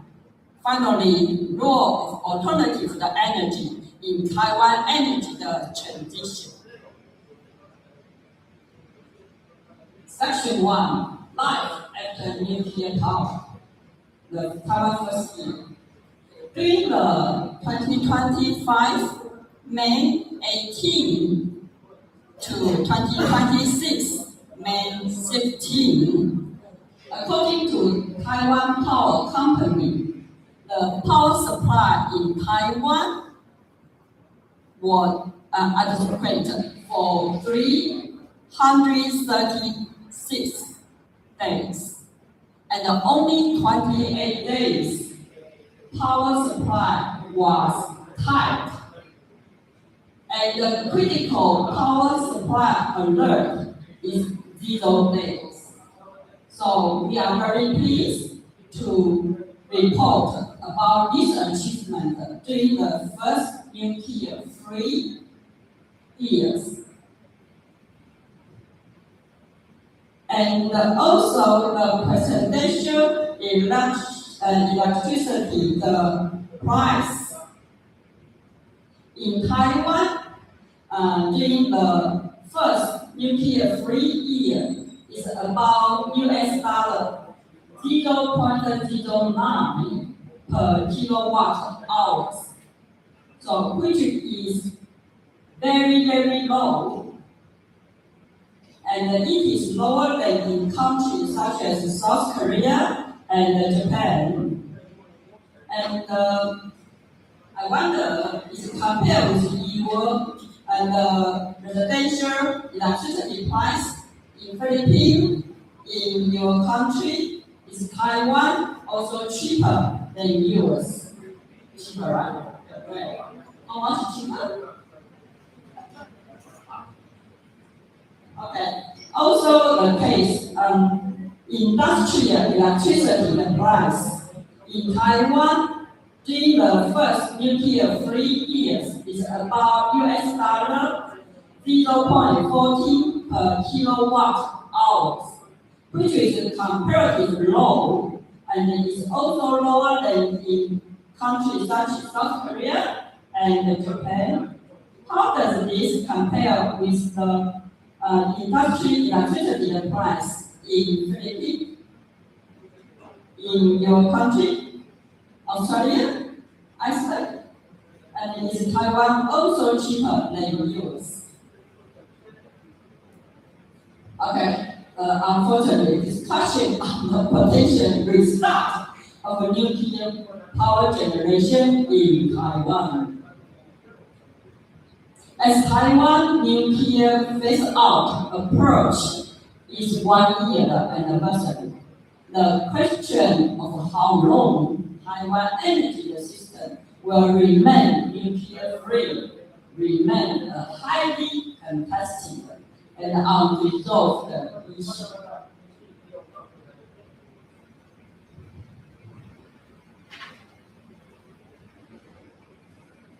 We mentioned about Taiwan officially entered the era of the nuclear-free homeland on May 17, 2025.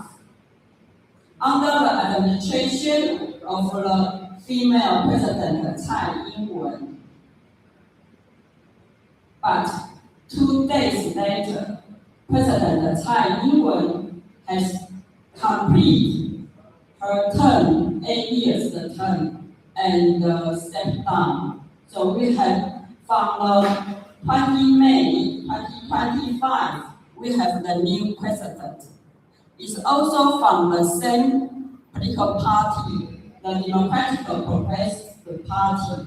The DPP, the president, William Lai, has identified economic growth, industry competitiveness, and the advancement of high technology and the AI industry as central priority of his administration.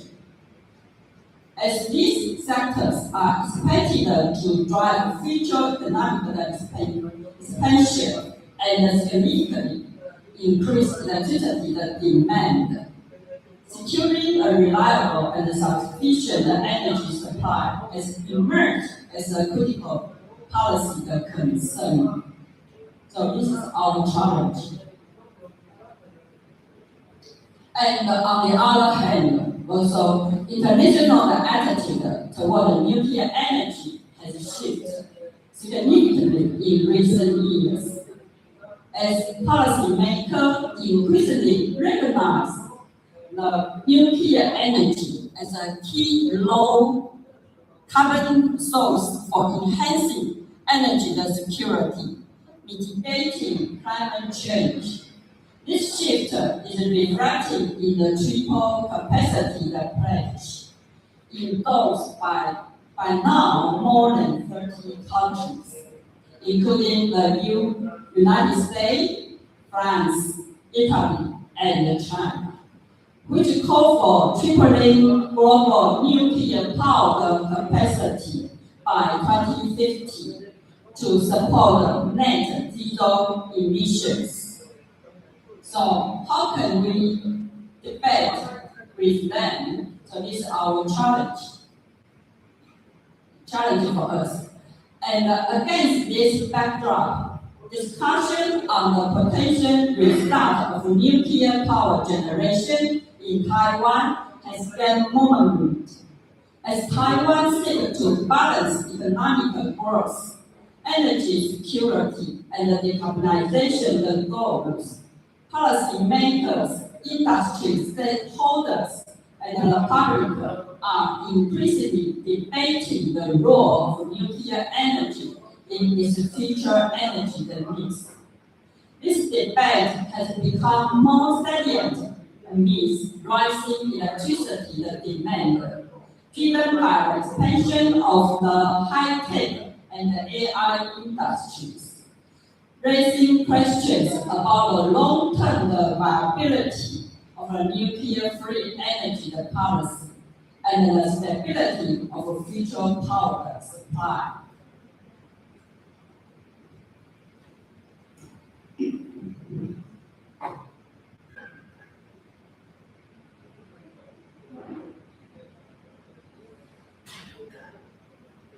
And however, many of these claims are subject to debate. Yet the potential restart of nuclear power plant 3 would involve numerous technique, regularity, and also economic and social challenges. It's not easy. Actually, Taiwan does not have a power shortage problem during the first nuclear-free years. And also, the NPP3 has been in operation for 40 years. After 4 decades of operation, the plant has experienced significant aging. And also, according to Power, the latest geographical investigation, a fault zone has been discovered beneath Unit 1. Geological deformation has also been identified beneath Unit 2, indicating what elevated the seismic and structural risks. And also is very expensive and time-consuming restart of NPP3. And also, nuclear phase out and air pollution are not directly linked.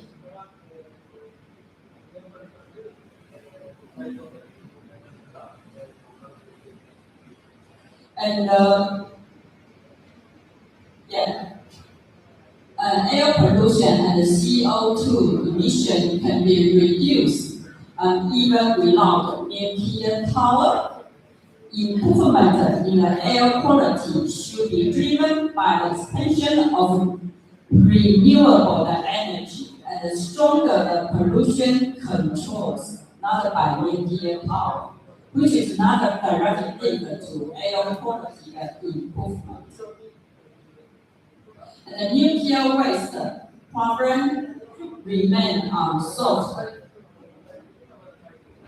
And as the NPP3, low-level waste is temporarily stored on site in Lanyu Island.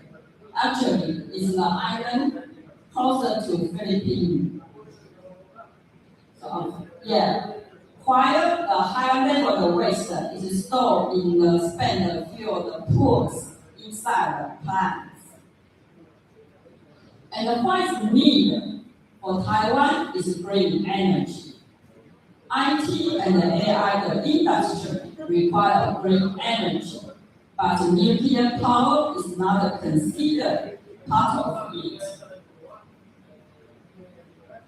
And also major tech companies such as Apple, TSMC, and the Navy are demanding 100% renewable energy, not the nuclear power. Globally, investment in green energy has already reached 27 times the level of nuclear power. Okay, finally, this role of the alternative energy in Taiwan energy transition. So this is about energy intensity indicator. And the change of electricity generation from 2015 to 2025. And the change in electricity generation mix. So we hope renewable the percentage will be increased by 20% in 2025. Although we didn't get this target, it could be lower, it's about 14% for the renewable energies. Yeah, and the renewable energy including solar power, wind power, conventional hydrogen power, biomass, and the waste to energy. And our geothermal is very low, only by this year is 13, yeah, MW. So we should learn from the Philippines. You done very well on geothermal.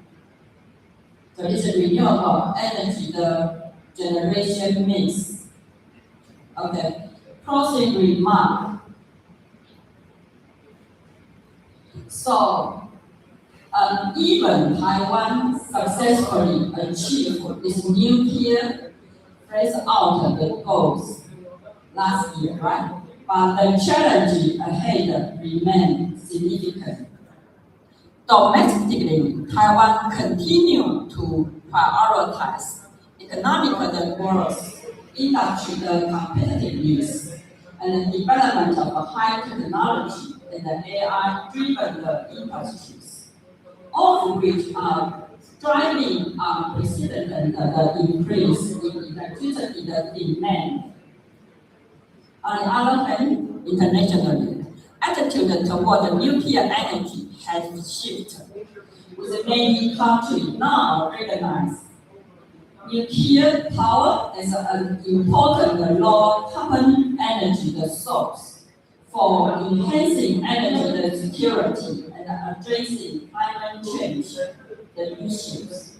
This shift is exemplified by the global call to triple nuclear power capacity by 2050. Yeah, the countries including UK, US, France, China. Yeah. In support of the net zero emissions goals. And so, in this context, the pursuit of a nuclear-free future has never been more challenging or more important for Taiwan, also for all of us. The path forward requires more than conviction. It requires innovation on the renewable energy, open dialogue, and also a willingness to confront difficult trade-offs. Rather than viewing this challenge as obstacle, we should see them as an opportunity to rethink our energy future and celebrate the development of sustainable alternatives. Let's continue working together to identify practical, reliable, and equitable solutions that can meet growing energy needs while advancing environmental sustainability. By combining technology innovation, sound policy, and public engagement, we can move closer to a future. Yeah, yesterday talk about the future keynote speaker. Yeah. That is both energy secure and nuclear free.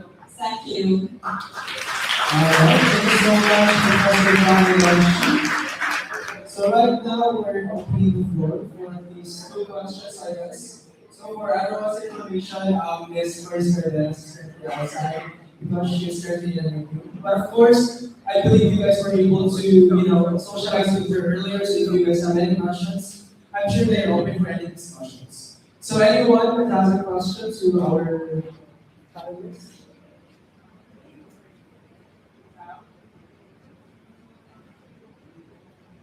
Hello, good afternoon. Thank you so much for the very intensive situation about Taiwan's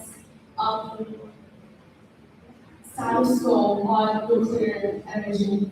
I was researching earlier and I found that according to the United Nations Environmental Program, they said that data centers have environmental risk. If data centers and like Taiwan, one of Taiwan's AI driven is part of the energy mix. As of listening to your report, how is this different to being a nuclear-free Taiwan, since nuclear is very risky to the environment also? So how is it different on promoting the AI-driven ones?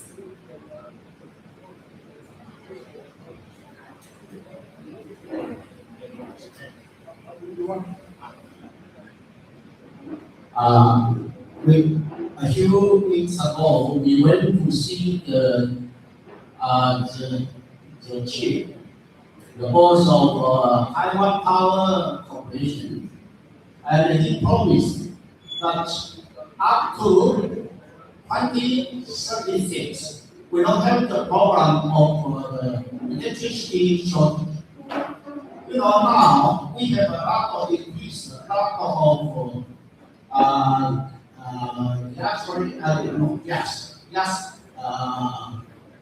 power plant. The number one in the world, the increasing of the power plant is America, and then China, and Taiwan is number three. So Taiwan is such a small country, but we progress so fast in order to catch up the AI demand. So that's our solution.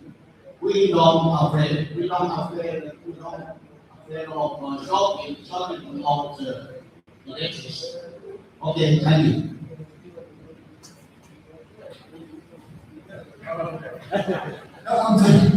We have the same country, but I just want to make a more explanation with regards to the electricity price, because Professor Shi mentioned that the electricity energy price or electricity price for Taiwan has been low for a long time, and that is despite the decrease of nuclear. So that kind of break the myth of no nuclear will guarantee a high electricity price.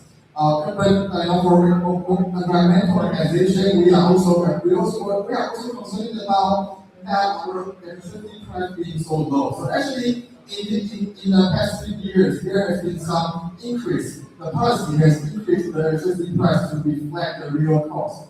And I think because if the electricity price being so low, it will prevent the industry, the company, to undertake real and substantial transformation. Because if the current energy mix is so cheap, why do I have to change to renewable energy? So that also hinders the development of renewable energy. So we also think that on the one hand, going no nuke will not drastically increase the electricity price. But on the second hand, we do have to think about what is the real cost or real price of energy consumption, and how can we reflect it through our price mechanism. And that is, of course, the premises of we take care of the poor, take care of the energy poverty,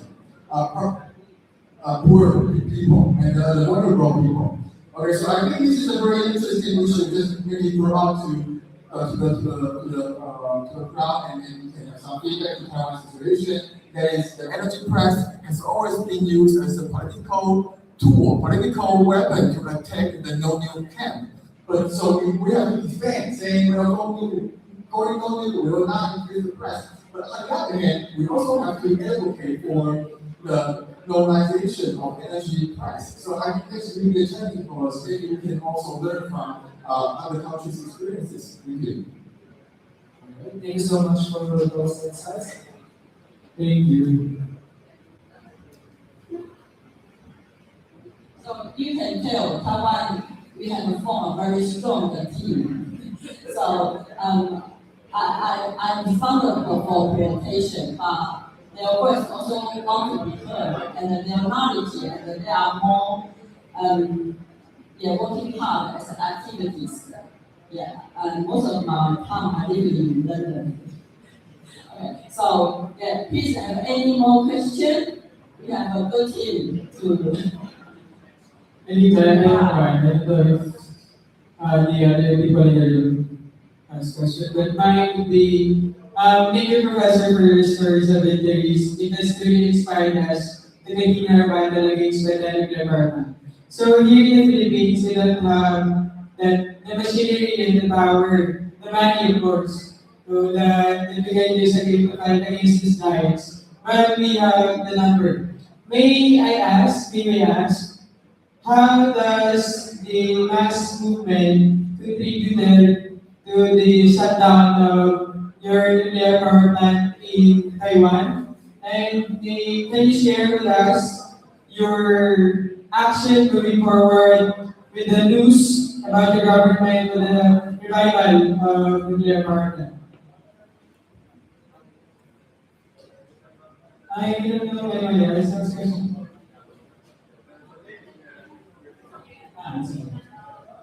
If you may have a question.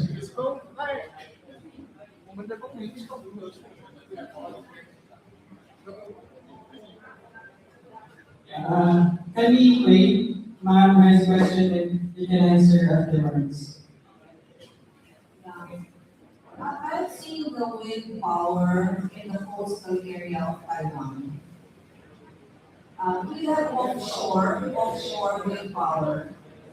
Do you have? Yeah. Have there been any problems with marine ecosystems? And how did you resolve? How did you address that? But maybe I will answer the later question, and Professor, you can talk about how people's movement has contributed to the shutdown of our nuclear power plant. Okay. All right. So in terms of offshore wind, we do have offshore wind generation. Actually, I think for now it contributes about like 4 or 5%. And so actually the Taiwan Strait, if you are aware of it, is ranked as the best offshore wind field around the world. So like a couple of years ago, the government, even earlier in the previous regime, previous administration, started to plan the Taiwan Strait as the field for offshore wind development. And so a lot of the foreign companies, for example, like from Denmark, all invest in Taiwan offshore wind. So actually now we talk about like I think I don't really know the exact number, but probably about 4 or 5% of the energy comes from the offshore wind. And actually, if you look at the total increase of gigawatt added, the capacity installed, Taiwan ranked about the top 10 around the world in terms of offshore wind. So yes, we do have a very, I would say, high potential for offshore wind, but that also comes with precautions, like as you mentioned, the maritime ecosystem and the fisher community, because the offshore wind cycles is overlapped with their routine fishing routes. So that is very sharp social conflict in Taiwan, and I would say it's still ongoing, but the direction is that we will rely on our offshore wind largely. For example, by 2050, we want to reach net zero. Maybe around 40% of our energy comes from offshore wind. So yeah, this will be a large portion of our energy mix. Okay. May I tell you a story about the Fukushima?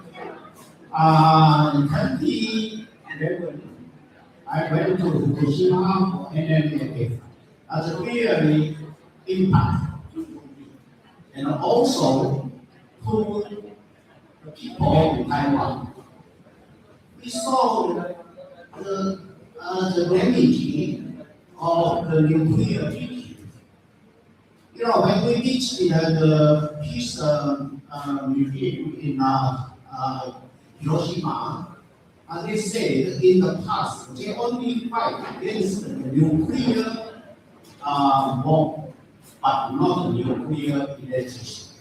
But now they want the nuclear electricity because of the tsunami of leaking that caused much stronger damage than the nuclear bomb.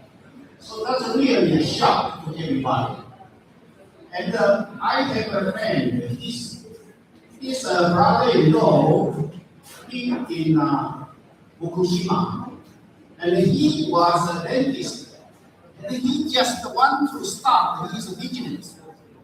And the next few weeks, tsunami comes. Even here now, he cannot reopen the clinic, dentist, dental clinic. So you can see how dangerous the nuclear power.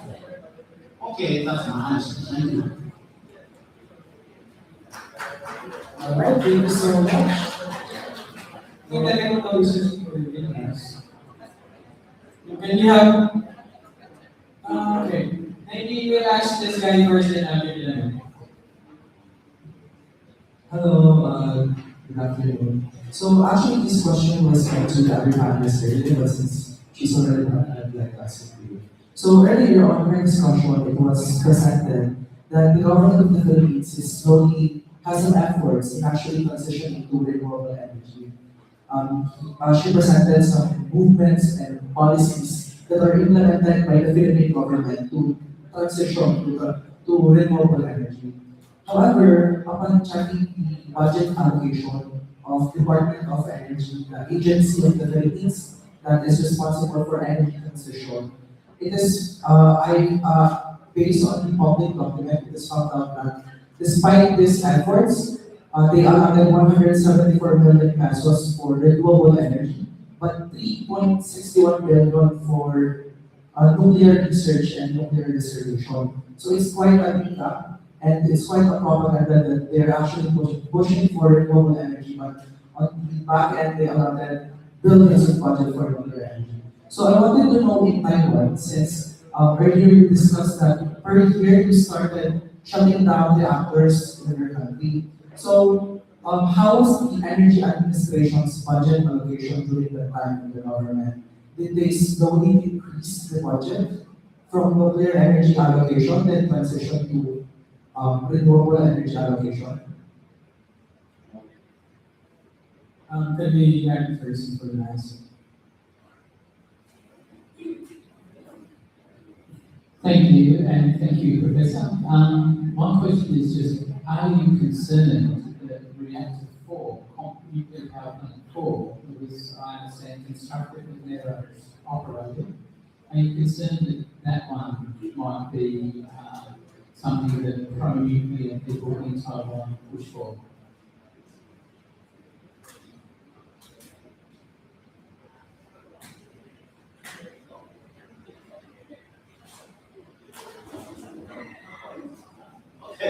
Because I'm a mechanical engineer, I can explain a little bit about the nuclear power plant 4.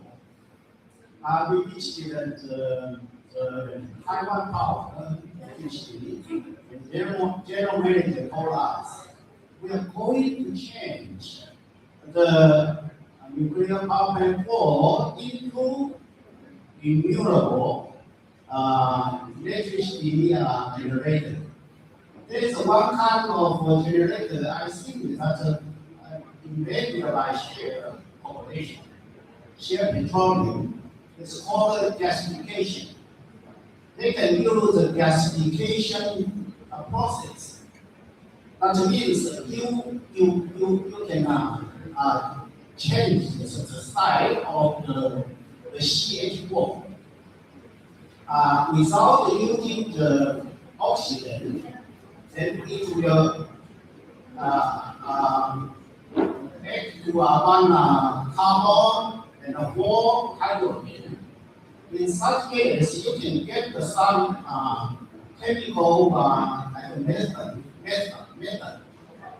and also hydrogen. In such case, we call it syngas. With the syngas, we can generate the electricity with a much less carbon emission. So we are going to introduce this kind of technology to our nuclear power plant 4 to substitute the nuclear power plant. I think this is also good for Philippines to use this kind of technology. So that's for my answer. Thank you.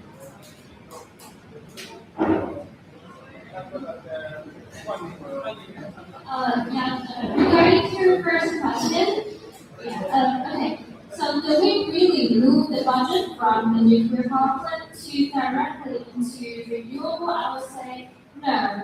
So the first thing is that in 2017, we passed a law to write down no Nukes-free family or Nukes-free homeland in the law in 2017. So ever since then, the 4 nuclear power plants started to work on dismantling or decommissioning. So it's a very long-term process.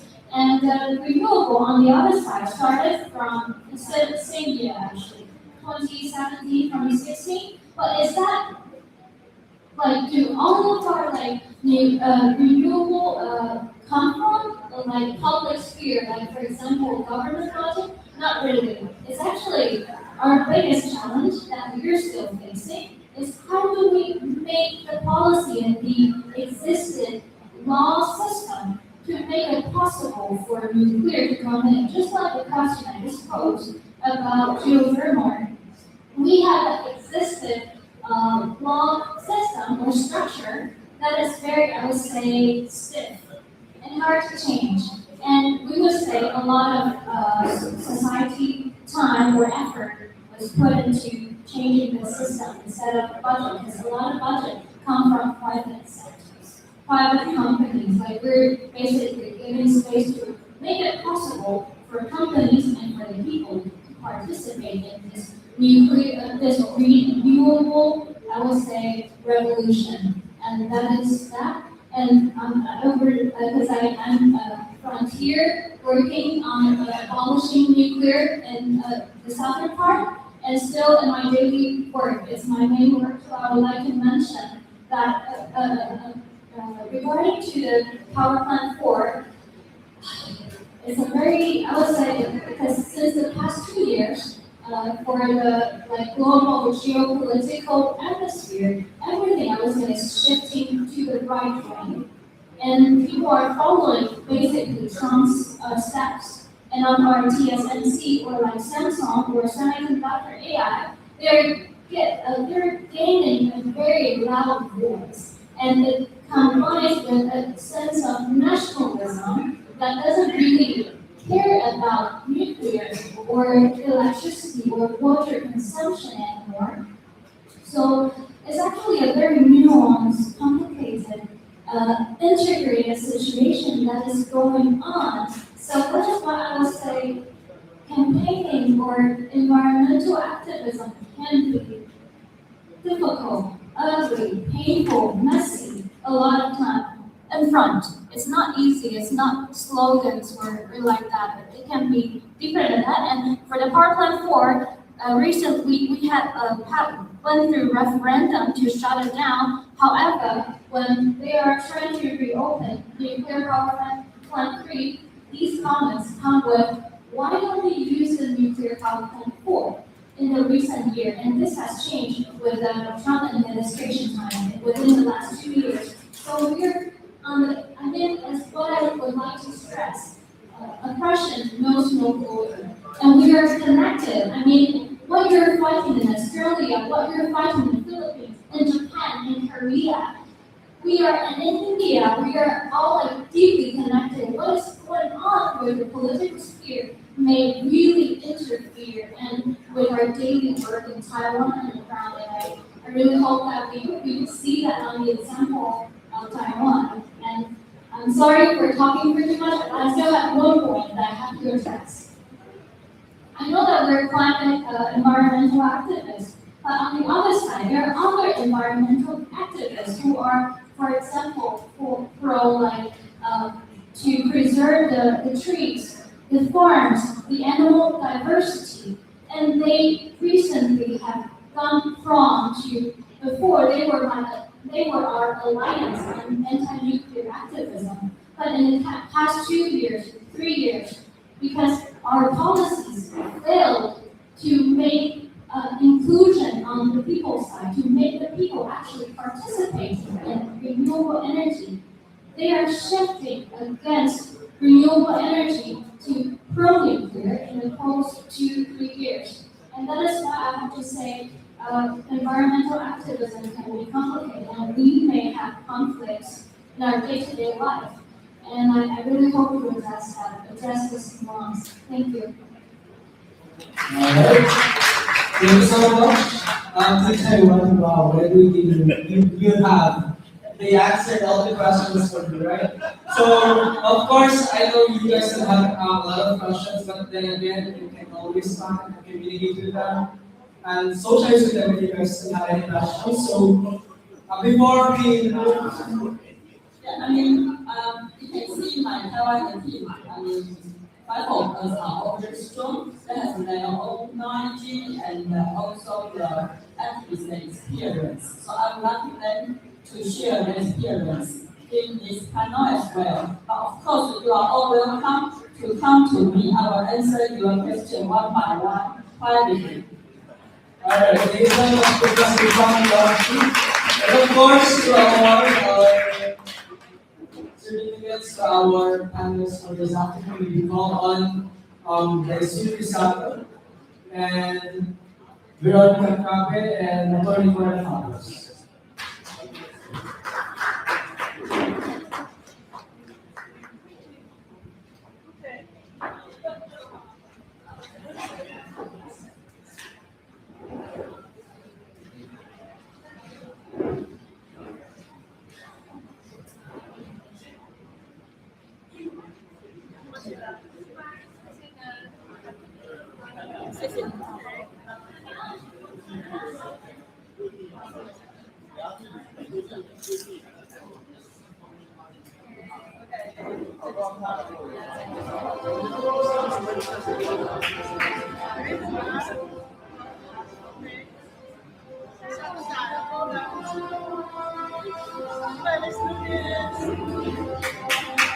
Alright, let's give them a round of applause.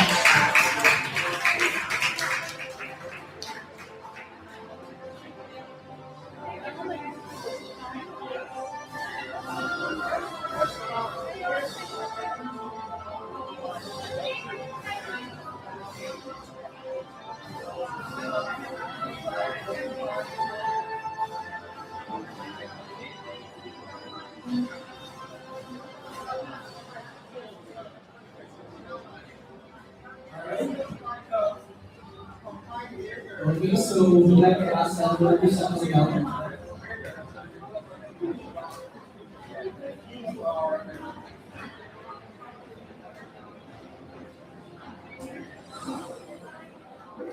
Alright. So again, thank you so much everyone. As of course, our resource speakers for this afternoon, we are the next input for everything you have been giving us today. And to formally close or to share the insight and sum up everything that happened this afternoon, we call on Joshua Peralta from Renewable Forest Studies and Democracy. Hello everyone, are you still awake, alive, alert, and enthusiastic? Yes, I love to hear that. Okay, good day everyone. As we come to the end of our activity today, we reflect on the meaningful discussions, insights, and experiences that we shared with one another. First, I would like to extend my deepest gratitude to everyone who joined us today, not only to listen to the realities and challenges brought by nuclear projects and programs, but also to exchange creative strategies, experiences, and best practices that will strengthen our collective struggle toward a nuclear-free Asia and nuclear-free world. Throughout the discussions, we have learned several important points. First, we have understood that the expansion of the nuclear projects and programs is deeply connected to larger economic and political systems, including the military-industrial complex where profit and corporate interests are often prioritized over the safety, welfare, and the rights of communities and people.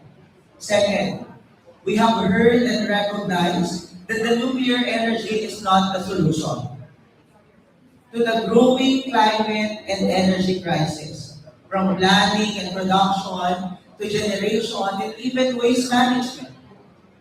Nuclear energy continues to present serious social, environmental, and intergenerational challenges. Therefore, our task is to continue pushing for genuine energy solutions. Solutions that are renewable, decentralized, and community-based, and centered on the needs of the people and the planet. Third and lastly, we have heard inspiring stories of resistance and victories from our fellow advocates in the ASEAN region and here in the Philippines. These experiences remind us that the struggle against nuclear energy and for a just and sustainable energy system is not a fight that we carry alone.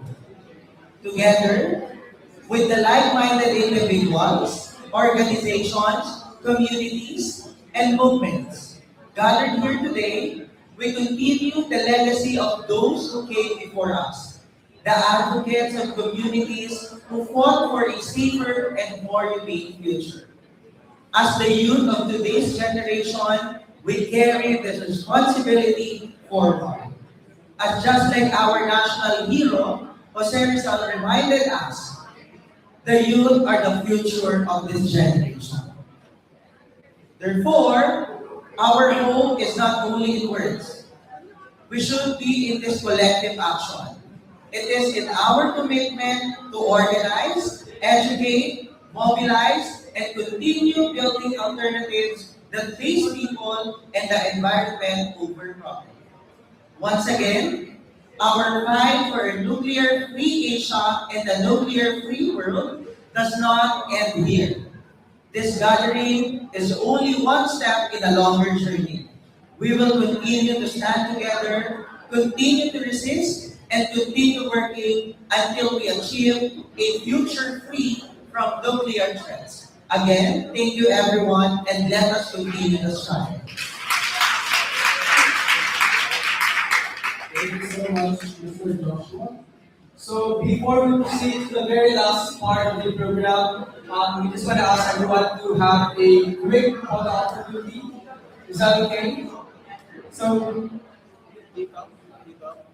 we'll be asking everyone to go in front so that we can have a quick photo opportunity before we proceed to the next part of the program.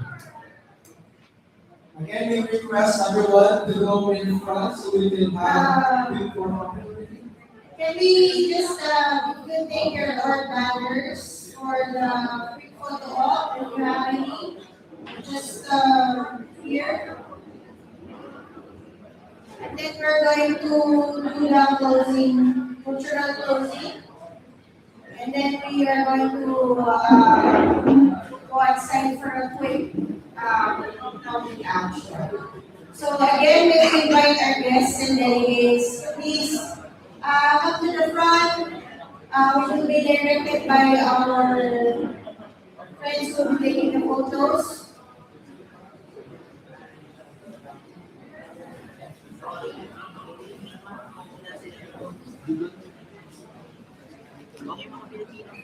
Mga Pilipino po, ito po tayo sa harapan.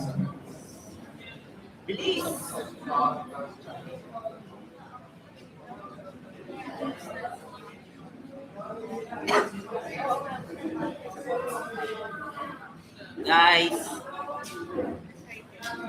Okay, so maybe invite everybody to please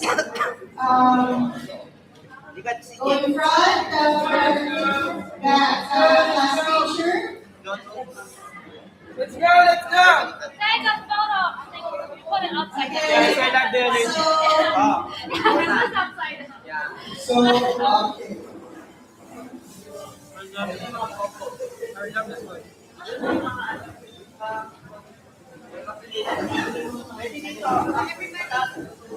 Oh yes, that's my flag. I forgot. I'm so sorry. Okay, so please let us prepare your page for this.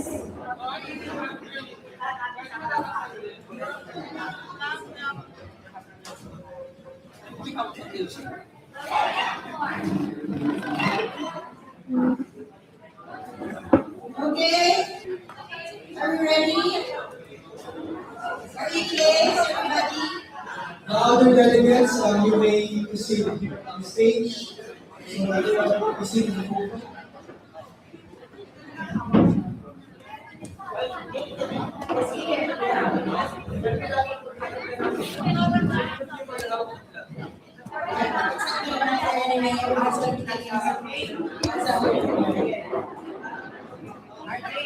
Okay.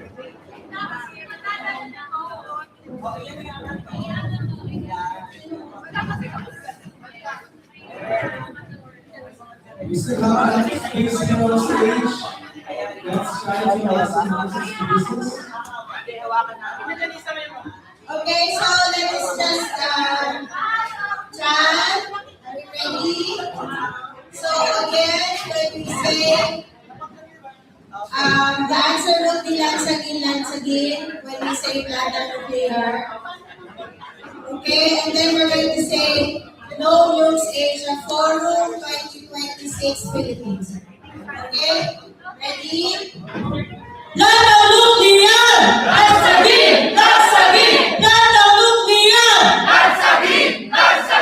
No News Asia Forum 2026 Philippines!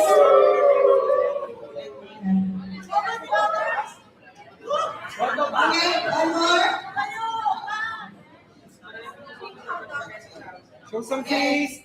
Show some face. Okay, again, by special request. Lantaw nuklear! Lansagin! Lantaw nuklear! Lansagin! Lansagin! No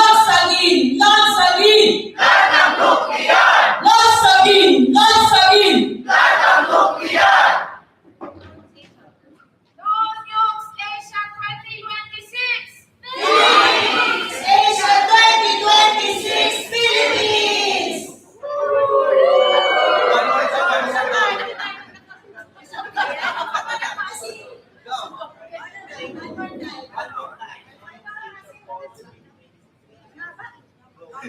Okay, 1, 2, 3. So sabay-sabay ko tayo. No Nukes Asia 2026 Philippines.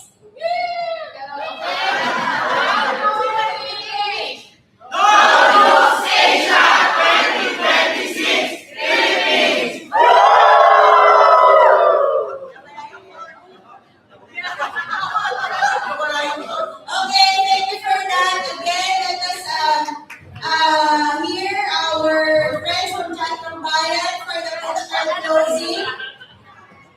They will be performing. Three songs. First is an original composition by Mark De Meru, which is Lansagin.